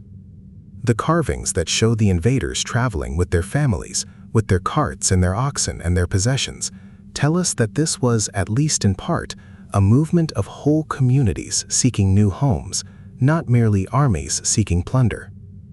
And that raises a profound possibility, one that has increasingly persuaded scholars in recent years. Perhaps the Sea Peoples were not the original cause of the collapse at all. Perhaps they were themselves among its victims, peoples driven from their own homes by the same forces of drought and famine and disorder that were tearing at every settled kingdom, set in motion by the crisis, and then, in their motion, spreading and deepening it. A drought in one land drives its peoples onto the roads and the sea. Those people, arriving hungry and desperate in another land, strain and then break it, and drive its people, in turn, into flight. And so the disturbance feeds upon itself and rolls onward, a wave that grows as it travels until it breaks at last upon the shores of Egypt. If that is right, then the sea peoples are better understood not as the villains of the story, but as one of its symptoms, one part of a much larger unraveling, both driven and driving, caught up in a catastrophe that was bigger than any people or any army. And this brings us to the largest question of all, the question that has occupied scholars for more than a century, and that remains, to this day, without a final answer. What actually caused the collapse of the Bronze Age? What brought down this connected, confident, centuries-old world? Let us walk slowly and fairly through the main answers that have been offered, giving each its due, for this is a question on which reasonable and learned people genuinely disagree, and the disagreement itself is part of the truth. The oldest and simplest answer is invasion. For a long time, the sea peoples themselves carried the blame, cast as a horde of destroyers who swept out of nowhere and shattered the kingdoms of the age. We have already seen why this answer on its own no longer satisfies most scholars. It explains too little and assumes too much. It treats the sea peoples as a cause without asking what caused them, and it cannot easily account for why so many different regions, some of them far from any seaborne raider, fell in the same span of years. Invasion and migration were surely part of the story, but most historians now doubt that they were the whole of it, or even the root of it. A second answer, which has grown steadily stronger in recent decades, is climate and drought. We have already touched on the evidence, the tree rings and the pollen cores and the cave deposits, all pointing to a turn toward drier conditions across the region during exactly the centuries of the collapse, and the letters filled with talk of hunger that seem to confirm it. The argument runs that a prolonged drought, perhaps punctuated by especially severe dry years, undermined the agricultural base of every kingdom at once. Harvests failed, famine spread, populations weakened and grew restless. Some people were driven from their homes in search of food, becoming migrants and raiders. And the palace economies, which depended utterly on a reliable surplus of grain, found themselves unable to function when the surplus vanished. This is a powerful argument, and it has persuaded many. But as we have noted, it also has its careful critics, who point out that the climate evidence is uneven, that we lack precise records for many crucial places and moments, and that societies had survived droughts before. Drought, in this more cautious view, was a serious pressure, perhaps even a decisive one, but not necessarily a simple or sufficient cause by itself. A third answer looks to the Earth itself and to the possibility of earthquakes. The Eastern Mediterranean is a seismically active region, where the great plates of the Earth's crust grind against one another, and it has always been prone to earthquakes. Some scholars have noted that a number of the cities destroyed at the end of the Bronze Age show signs of earthquake damage, toppled walls and collapsed buildings of a kind that fire and raiders alone do not fully explain. From this observation grew the idea of what has been called an earthquake storm, a cluster of major earthquakes striking the region over a span of years, one after another, damaging city after city, weakening the defenses and shaking the confidence of a whole civilization. It is an intriguing idea, and earthquakes may well have played a part in the destruction of particular places. But most scholars doubt that earthquakes alone could have brought down a whole interconnected world, for earthquakes are local and sporadic, and cities damaged by them have been rebuilt countless times throughout history. An earthquake can knock down a wall. It cannot, by itself, end an age. A fourth answer, offered by one influential historian, looks to a revolution in the art of war. In this view, the collapse was driven above all by a change in how battles were fought. The great powers of the Bronze Age had built their military strength around the chariot, an expensive and elaborate weapon that required trained horses, skilled crews, and a wealthy central authority to maintain whole fleets of them. The armies of the great kingdoms were, in a sense, aristocracies of the chariot. But according to this argument, new methods of fighting emerged toward the end of the age, methods that relied on masses of foot soldiers armed with javelins and long swords, fighters who could swarm and bring down the proud chariots that had once dominated the battlefield. Once the barbarian peoples on the fringes of the great kingdoms grasped this, the argument goes, the old military order collapsed, and with it, the states that had depended about it. This is a bold and much discussed theory, and it has been sharply criticized as well. Other scholars have questioned whether the evidence really supports so neat a military revolution, and whether the theory does not confuse the consequences of the collapse with its causes. It remains one voice in the debate, respected and contested in equal measure, a reminder of how many different lenses can be turned upon the same handful of facts. And there is a fifth answer, which in recent years has come to seem to many scholars the most persuasive of all, precisely because it refuses to be simple. This is the idea of systems collapse. In this view, the search for a single cause is itself the mistake. The true explanation lies not in any one disaster, but in the way the many disasters combined, striking a system that was efficient and prosperous, but also rigid and deeply interdependent. The Bronze Age world, remember, was a network in which every part relied upon the others, in which no kingdom was self-sufficient, in which the flow of tin and copper and grain and goods held everything together. Such a system is wonderfully productive in good times, but it is also fragile, because a shock in one part travels quickly to all the others, and because there is little slack, little redundancy, little room to absorb a blow. Now imagine several shocks arriving in quick succession. A drought weakens the harvests. Hunger drives people onto the roads. Raiders and migrants disrupt the trade routes. The trade routes failing, the supply of tin falters, and bronze grows scarce. Scarce bronze weakens armies and workshops. Weakened kingdoms cannot defend their borders or feed their people. Frightened populations turn against their palaces or simply abandon them. And each failure makes the next one worse, in a cascade, a chain of falling pieces, each knocking down the next until the whole structure comes apart. The scholars who favor this view speak of a perfect storm, a coming together of calamities, each of which the system might have survived on its own, but which together were more than it could bear. Perhaps, one leading historian has suggested, the people of this world could have endured an earthquake, or a drought, or an invasion taken singly. What they could not endure was all of them at once, arriving before any wound could heal. And there may have been more to it still, internal strains we can only dimly perceive. Ordinary people weary of supporting the great palace hierarchies, rebellions against overlords grown too demanding in a time of hunger, the quiet loss of faith in an old order that no longer seemed able to protect or provide. Some of the destruction at the end of the Bronze Age may have come not from outside invaders at all, but from within, from populations who had had enough of kings and palaces and taxes and tribute, and who let the old system fall, or helped it fall when its moment came. Notice what this way of thinking asks of us. It asks us to give up the comfort of a simple villain, the single cause that would let us tell a tidy story. It asks us to hold many things in mind at once: drought and earthquake and migration and warfare and economic fragility and internal unrest, and to see them not as competing explanations, but as strands of a single, complex event. Each real, each partial, none sufficient alone.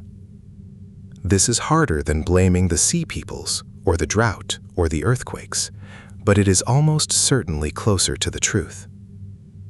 The Bronze Age did not fall because of one thing.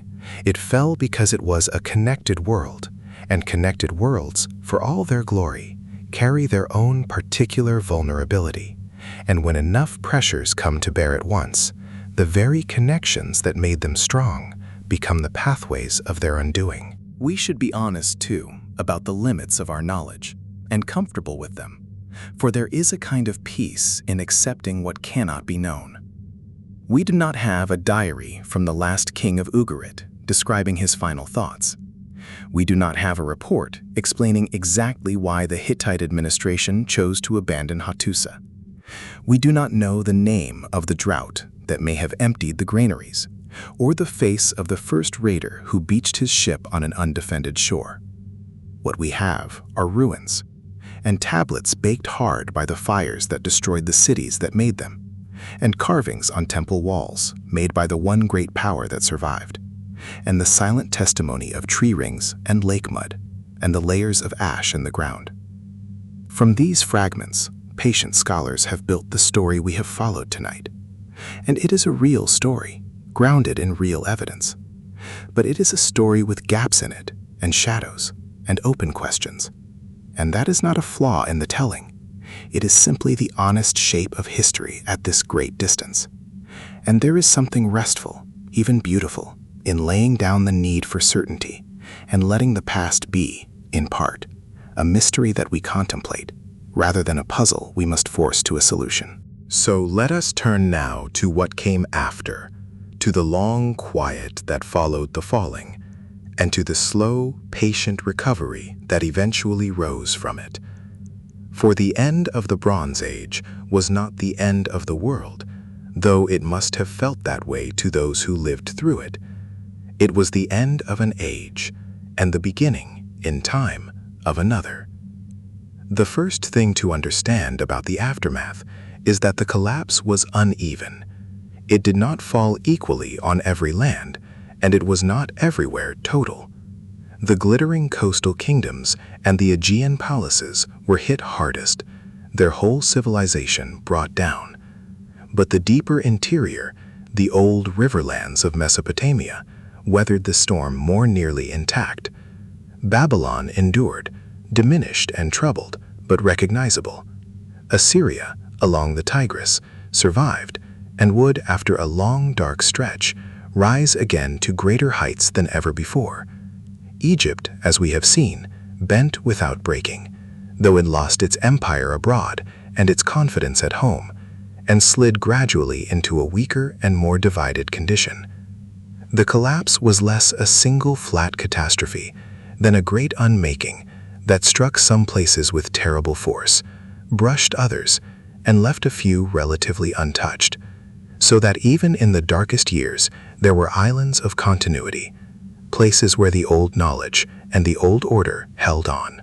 But where the collapse struck hardest, the losses were staggering, and they went far beyond the burning of cities. Whole categories of human achievement simply disappeared. In the Aegean, as we have seen, writing itself was lost, the linear B script vanishing so completely that the Greeks who came after had no memory that their ancestors had ever written at all. When writing returned to Greece centuries later, it came in an entirely new form, borrowed from elsewhere, unconnected to the old palace script. The art of building great citadels of cut stone was forgotten, so thoroughly that later Greeks, gazing at the massive walls their ancestors had raised, could only attribute them to giants. Fine crafts declined into simpler forms. Long-distance trade shrank drastically. The population fell, in some regions dramatically, as settlements were abandoned and people scattered into smaller and poorer communities. The wide horizon of the Bronze Age world, that connected sweep from the Nile to the Aegean, contracted to something small and local. People who had once received goods and news from across the sea now lived out their lives within the narrow bounds of a single valley or a single stretch of coast, the wider world gone silent and unreachable. Imagine standing in one of the great abandoned palaces a century after its fall. The painted walls are cracked and faded, the roof long since collapsed, grass and weeds pushing up between the fallen stones. Perhaps a small community of farmers lives nearby, in simple houses, keeping goats among the ruins of a grandeur they do not understand and cannot recreate. They may tell stories about the great ones who once lived here, the heroes and kings of the old time, but the stories have already begun to drift free of history, to mingle with legend, to become something told around the fire rather than something known. The scribes are gone, the account books are gone, the names of the last kings are gone. Only the stones remain, and the stories. And the stories grow stranger with each generation that tells them. And yet, even in this diminished world, life went on, and human beings did what human beings always do. They adapted. They rebuilt, not the old world, which was beyond recovery, but new and simpler ways of living, suited to the new conditions. And out of this long, dim, difficult stretch of centuries, some things emerged that would prove to be of enormous importance. Seeds planted in the darkness that would flower in the ages to come. It is one of the quiet consolations of history that catastrophes, terrible as they are for those who endure them, often clear the ground for new growth. That the falling of an old order can make space for things that the old order, in its rigidity, could never have allowed. Consider iron. The age that collapsed was an age of bronze, and bronze, as we have seen, depended upon the long and fragile trade routes that carried tin from the ends of the earth. When those routes broke down in the collapse, bronze grew scarce, and people were forced to look for alternatives. Iron, unlike tin, was widely available, present in ores across the region. And though it was harder to work and required higher temperatures and greater skill, it did not depend upon distant trade. Over the centuries following the collapse, the working of iron spread and improved until iron replaced bronze as the everyday metal of tools and weapons. And the age that followed took its name from the new metal, the Iron Age. Scholars debate how much the collapse itself drove this change, and how much iron would have risen anyway, and the truth is probably a mixture of both. But there is a certain fitting logic in it. The breaking of the old trade routes, which was part of the catastrophe, also loosened the region's dependence on those routes and pushed it toward a metal that any land could produce for itself. Out of the loss of the connected world came a technology suited to a more scattered one. Consider, too, the alphabet. The Bronze Age had known writing, but its scripts were mostly complex and difficult, the province of professional scribes who trained for years to master hundreds of signs. The cuneiform of the great archives, the hieroglyphs of Egypt, the linear B of the palaces. All of these were tools of a specialized elite. But along the Levantine coast, in the world of Ugarit and its neighbors, simpler systems had been developing, alphabets, in which a small number of signs, a few dozen rather than a few hundred, could spell out the sounds of speech. After the collapse, it was the peoples of that coast, the traders whom we call the Phoenicians, heirs in many ways to the old Canaanite world, who carried a refined alphabet out across the Mediterranean as they rebuilt the networks of trade. And it was from the Phoenicians that the Greeks, in time, borrowed and adapted an alphabet of their own, the ancestor of the very letters in which the great works of Greek literature and philosophy would one day be written, and the distant ancestor, through many further changes, of the letters on this very page. The simple, democratic technology of the alphabet, which could be learned by ordinary people and not only by a scribal class, spread in the world that the collapse had made, and it changed everything that came after. And consider the Phoenicians themselves, those coastal traders who rose to prominence in the centuries after the fall. In the old Bronze Age world, trade had been dominated by the great palaces, organized and controlled from the center. But in the world that followed, with the palaces gone, trade passed increasingly into the hands of independent merchants and seafaring cities. And the Phoenicians, from harbor towns along the coast of what is now Lebanon, became the great traders and sailors of the new age. They ventured out across the whole Mediterranean, founding trading posts and colonies on distant shores, carrying goods and with them their alphabet and their skills. In a real sense, the connected world of the Bronze Age did not die forever. It was reborn in a new and different form, less centered on palaces and great kings, more open, more mercantile, more far-reaching, and the Phoenicians were among its first architects. In the lands the Hittites had once ruled, in the region where northern Syria meets southern Anatolia, small states arose that carried forward fragments of the old Hittite culture, keeping something of its art and its script and its memory alive in a scattered and local way. Scholars sometimes call these the successor states, or the Neo-Hittite states, and they are a reminder that even the fall of a great empire does not erase everything, that culture is stubborn, that people carry the old ways forward even amid ruin, keeping the embers glowing through the long night. And in the Levant more broadly, in the world of Canaan into which the Philistines had settled, new peoples and new kingdoms took shape in the Iron Age, among them the early kingdoms whose stories would be gathered, much later, into the traditions of the Hebrew Bible. The world after the collapse was a world of smaller powers, of fresh beginnings, of peoples finding their footing in the space the fallen giants had left behind. And in Greece, most famously of all, the long dark age eventually gave way to something entirely new. When the Greek world at last emerged from its centuries of silence, it did not simply rebuild the old Mycenaean order. It built something the Mycenaeans had never imagined. Out of the scattered communities of the Dark Age grew the city-state, the polis, a new form of human society in which citizens governed themselves, argued in the assembly and the marketplace, and forged a civic life unlike anything the old palace kingdoms had known. The centralized palace, with its god-king and its scribes and its storerooms, did not return. In its place came the citizen and the city, and from that new soil would grow, in time, the philosophy and the drama and the art and the ideas of classical Greece, which would shape so much of the world that came after. It is one of history's great and humbling ironies that the collapse of the Mycenaean palaces, catastrophe though it was, cleared the ground from which classical Greece would eventually rise. Had the old palace order endured, the Greece of the philosophers and the playwrights might never have come to be at all. Out of the deepest loss came in the fullness of time one of the greatest flowerings of the human spirit. There is one more legacy of the collapse, and it is perhaps the most poignant of all, for it lives in the realm of memory and story.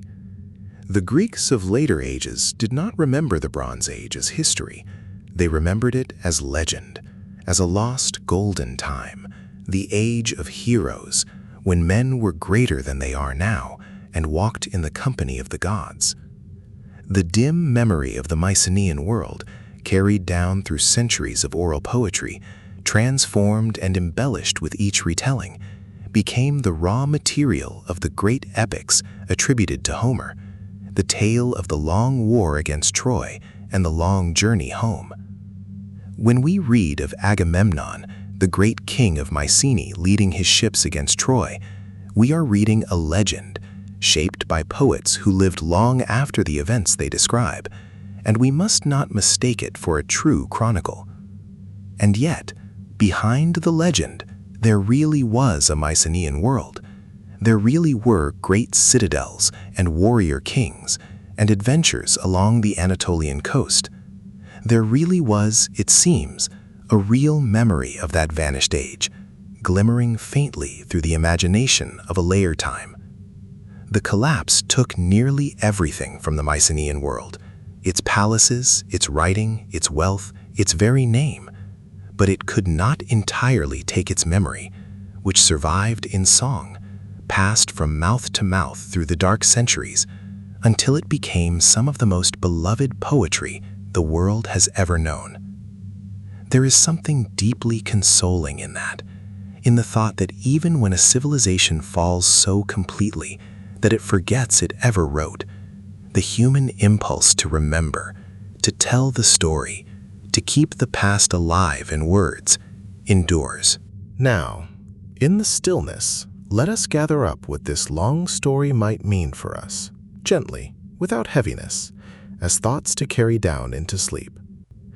The end of the Bronze Age is one of the great cautionary reflections of human history, but it need not be a frightening one. It reminds us that even the most confident and connected worlds are not permanent, that prosperity and stability, however solid they seem, rest upon foundations that can shift. It reminds us that the very things that make a civilization strong, its connections, its trade, its interdependence, its efficiency, can also, under enough pressure, become the channels of its undoing, so that strength and fragility are often two faces of the same thing. And it reminds us, above all, that history is rarely simple, that great events usually have many causes braided together, and that the honest response to the deep past is often not certainty, but a kind of humble wonder. But the story carries gentler lessons too, and these are the ones I would rather leave you with as you drift toward rest. It reminds us that endings, however total they seem, are also beginnings, that the falling of one world clears the ground for another, that iron rose from the loss of bronze, and the alphabet spread in the space the old scripts left empty, and the city-state grew from the ruins of the palace, and the greatest poetry was born from the memory of the greatest loss. It reminds us that human beings are astonishingly resilient, that even after the darkest collapse, people rebuild, adapt, remember, and begin again. And it reminds us that we are part of something very old, a long human story of rise and fall and rise again, stretching back across thousands of years, in which our own age is only the latest chapter, and in which there is, if we look for it, far more continuity and far more hope than the story of any single collapse might suggest. Before we let the story go entirely, let us return one last time to the human scale of it, to the small and ordinary lives that lay beneath the grand movements of empires. For it is there, in the end, that history is truly lived. Let us imagine ourselves softly as a single unnamed person in one of those coastal towns, in the last generation of the old world, and let us walk gently through the turning of a single day, and feel what it might have felt like to be there, without knowing what was coming.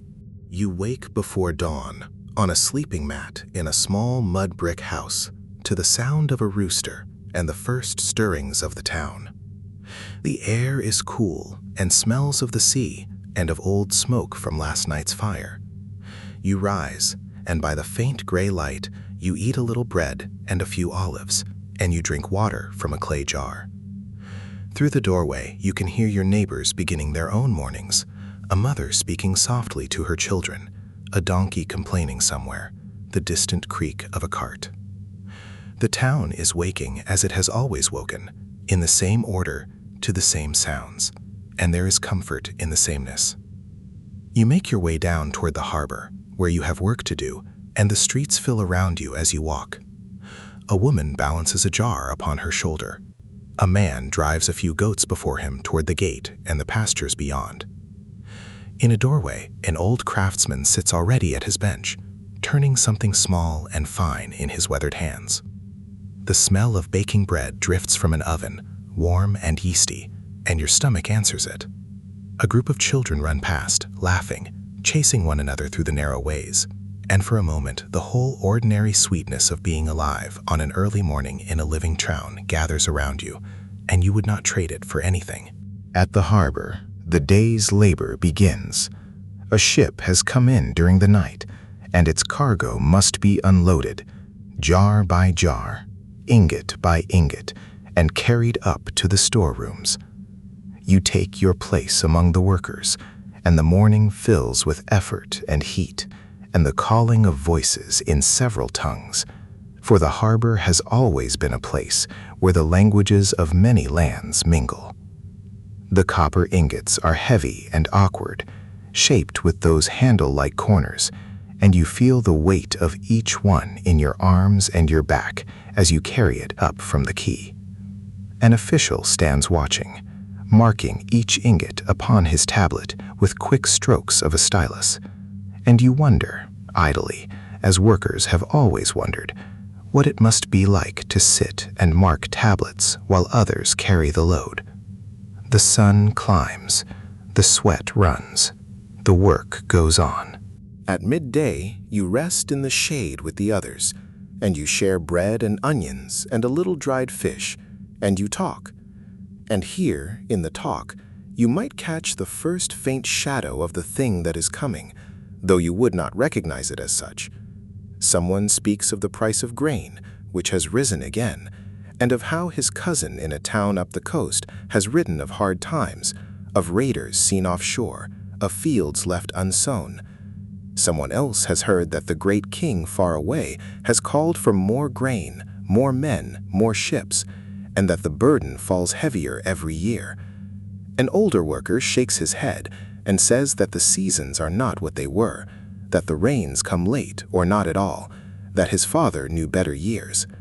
And then someone tells a joke, and the mood lifts, and the talk turns to lighter things, to a coming festival, to a marriage, to the ordinary gossip of the town, because people cannot dwell forever on their worries, and the day is warm, and the work is only half done.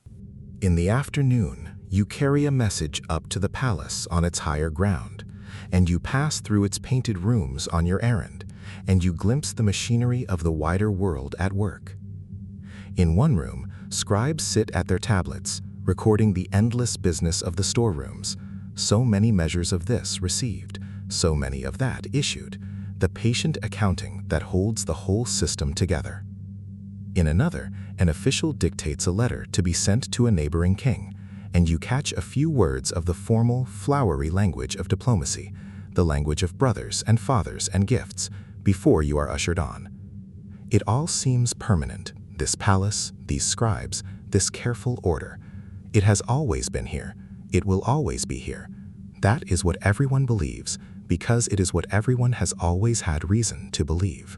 As the sun sinks toward the sea, your work at last is done, and you climb back up through the town toward home, weary and content in the ordinary way of a body that has labored honestly through a long day.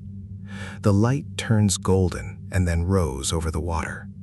In the harbor below, the ships ride at anchor, dark shapes against the shining sea, and one of them will sail with the dawn for Cyprus or for the Aegean, or for some port whose name you have heard but will never see. Lamps begin to glow in the windows as the light fails. The smell of cooking rises from 100 hearths. You reach your home, and your family is there, and there is a simple meal and quiet talk, and the small warmth of belonging. And then the lamp is put out, and you lie down on your mat in the darkness, and you listen for a while to the sounds of the sleeping town, the distant sea, a dog barking far off, the wind moving over the rooftops, and you sleep, without any knowledge that the world you have lived in all your life is drawing toward its close, that within a generation or two, the ships will stop coming, the palace will burn, the scribes will fall silent, the town will empty, and the whole ordinary sweetness of this day will pass into a silence 3,000 years deep. There is no cruelty in this thought, only tenderness, for that is the condition of every human life, in every age, including our own. We live within our world as though it were permanent, and we are right to, for we could not live otherwise. And the ordinary days are precious precisely because we do not spend them grieving their end. The people of the late Bronze Age were not waiting for their world to fall. They were living fully and ordinarily, carrying their copper and marking their tablets and baking their bread and putting their children to sleep. And the fact that their world would end does not diminish the fullness of their living. It deepens it. It makes it more precious, not less. And when we look back upon them across the great gulf of time with the knowledge they lacked, we are not looking down upon them. We are looking, really, at ourselves, at the shared human condition, at the way all of us live within our fragile and beautiful worlds, loving them without knowing how long they will last. And so the archives of that world, when we read them now, move us in a way that the grand story of empires never quite can. The letters of the merchant of Ugarit, going about his ordinary business right up until the record simply stops. The account tablets of Pylos, tracking the rations of the weaving women in the last days before the fire. The desperate practical pleas for grain, the note about the 7 ships, the watchers posted along the coast. These are not the words of people who knew they were living through the end of an age. They are the words of people living their lives, doing their work, hoping and worrying and planning as people always do, caught without knowing it in the turning of history. And through those words, across all that distance, we touch them, and they touch us. And the long silence between us is bridged, for a moment, by the oldest and most human of all things, the ordinary voice of a person going about an ordinary day, in a world that they loved and that would not last. That, in the end, is what the collapse of the Bronze Age leaves us with, once the questions of cause and consequence have been laid gently to rest. Not a lesson to be memorized, but a feeling to be carried, a deepened tenderness toward our own brief moment, our own connected and fragile world, our own ordinary and irreplaceable days. The great powers rose and fell. The ships came and stopped coming. The palaces blazed and cooled and crumbled into the soil, to be forgotten, and then, thousands of years later, gently uncovered by patient hands. And the sea that carried all that trade, all those letters, all those hopes, is still there, still moving under the same stars, indifferent and beautiful, as it was on the last quiet evening of the old world. As the fire burns down to its last embers now, and the night settles fully around us, let us hold the whole of this long story softly in mind one final time, not to study it, but simply to let it rest there, the way a landscape rests in the memory after a long day's walking. A connected world spread across many lands, bound together by ships and letters and the slow flow of copper and tin and grain. A brotherhood of kings writing to one another across the sea. Busy harbors and painted palaces and patient scribes pressing their records into clay. And then the long turning, the drying of the rains, the failing of the harvests, the hunger creeping up into the letters of the great, the walls rising in fear, the peoples moving on the roads and the water. And then the falling, city by city, over years that must have felt both slow and terribly swift, until the letters stopped and the palaces cooled and the silence came down. And then, after the silence, the patient rebuilding, iron rising from the loss of bronze, the alphabet spreading in the space the old scripts left, the city and the citizen growing from the ruins of the palace, and the memory of the lost age surviving, against all odds, in song. It is a whole world, held in a single quiet evening, and now we can let it go. There is no need to hold on to any of it. Let the images loosen and drift as you sink toward sleep. The golden light on the harbor water, the creak of the ships at anchor, the smell of bread and wood smoke, the lamps glowing one by one in the windows of a town that vanished long ago. These are gentle things to carry down into rest, these ordinary human moments from the far edge of the past. They ask nothing of you now. They are simply there, keeping you company, as the past always quietly keeps us company, whether we know it or not.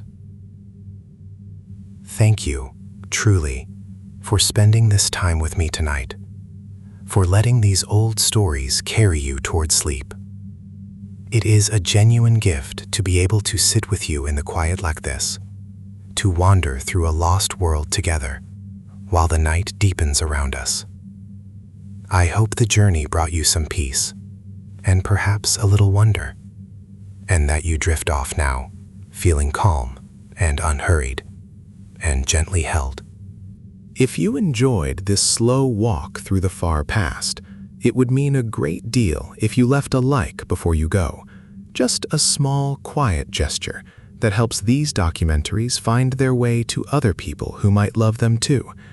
And if you would like to hear more of them, please do consider subscribing. This is still a very new and very small channel, only just beginning, and every single subscription genuinely matters more than I can easily say. Being among the first to subscribe means that you are helping to build something special right from the very beginning, and I am deeply grateful to everyone who chooses to be part of that quiet start. And do remember to leave a comment with the lost world you would like to travel through next, a city, a civilization, a ruler, a mystery, an age you have always wondered about, for it may well become one of our future journeys together. Until then, rest well, let your breathing slow, let the day fall away, and let sleep come as gently as the tide. And whenever you are ready, I will be here, waiting quietly, with another peaceful journey through the long and beautiful story of the past. Sleep well, and I will see you again in another time and another place, somewhere far back along the shore of history.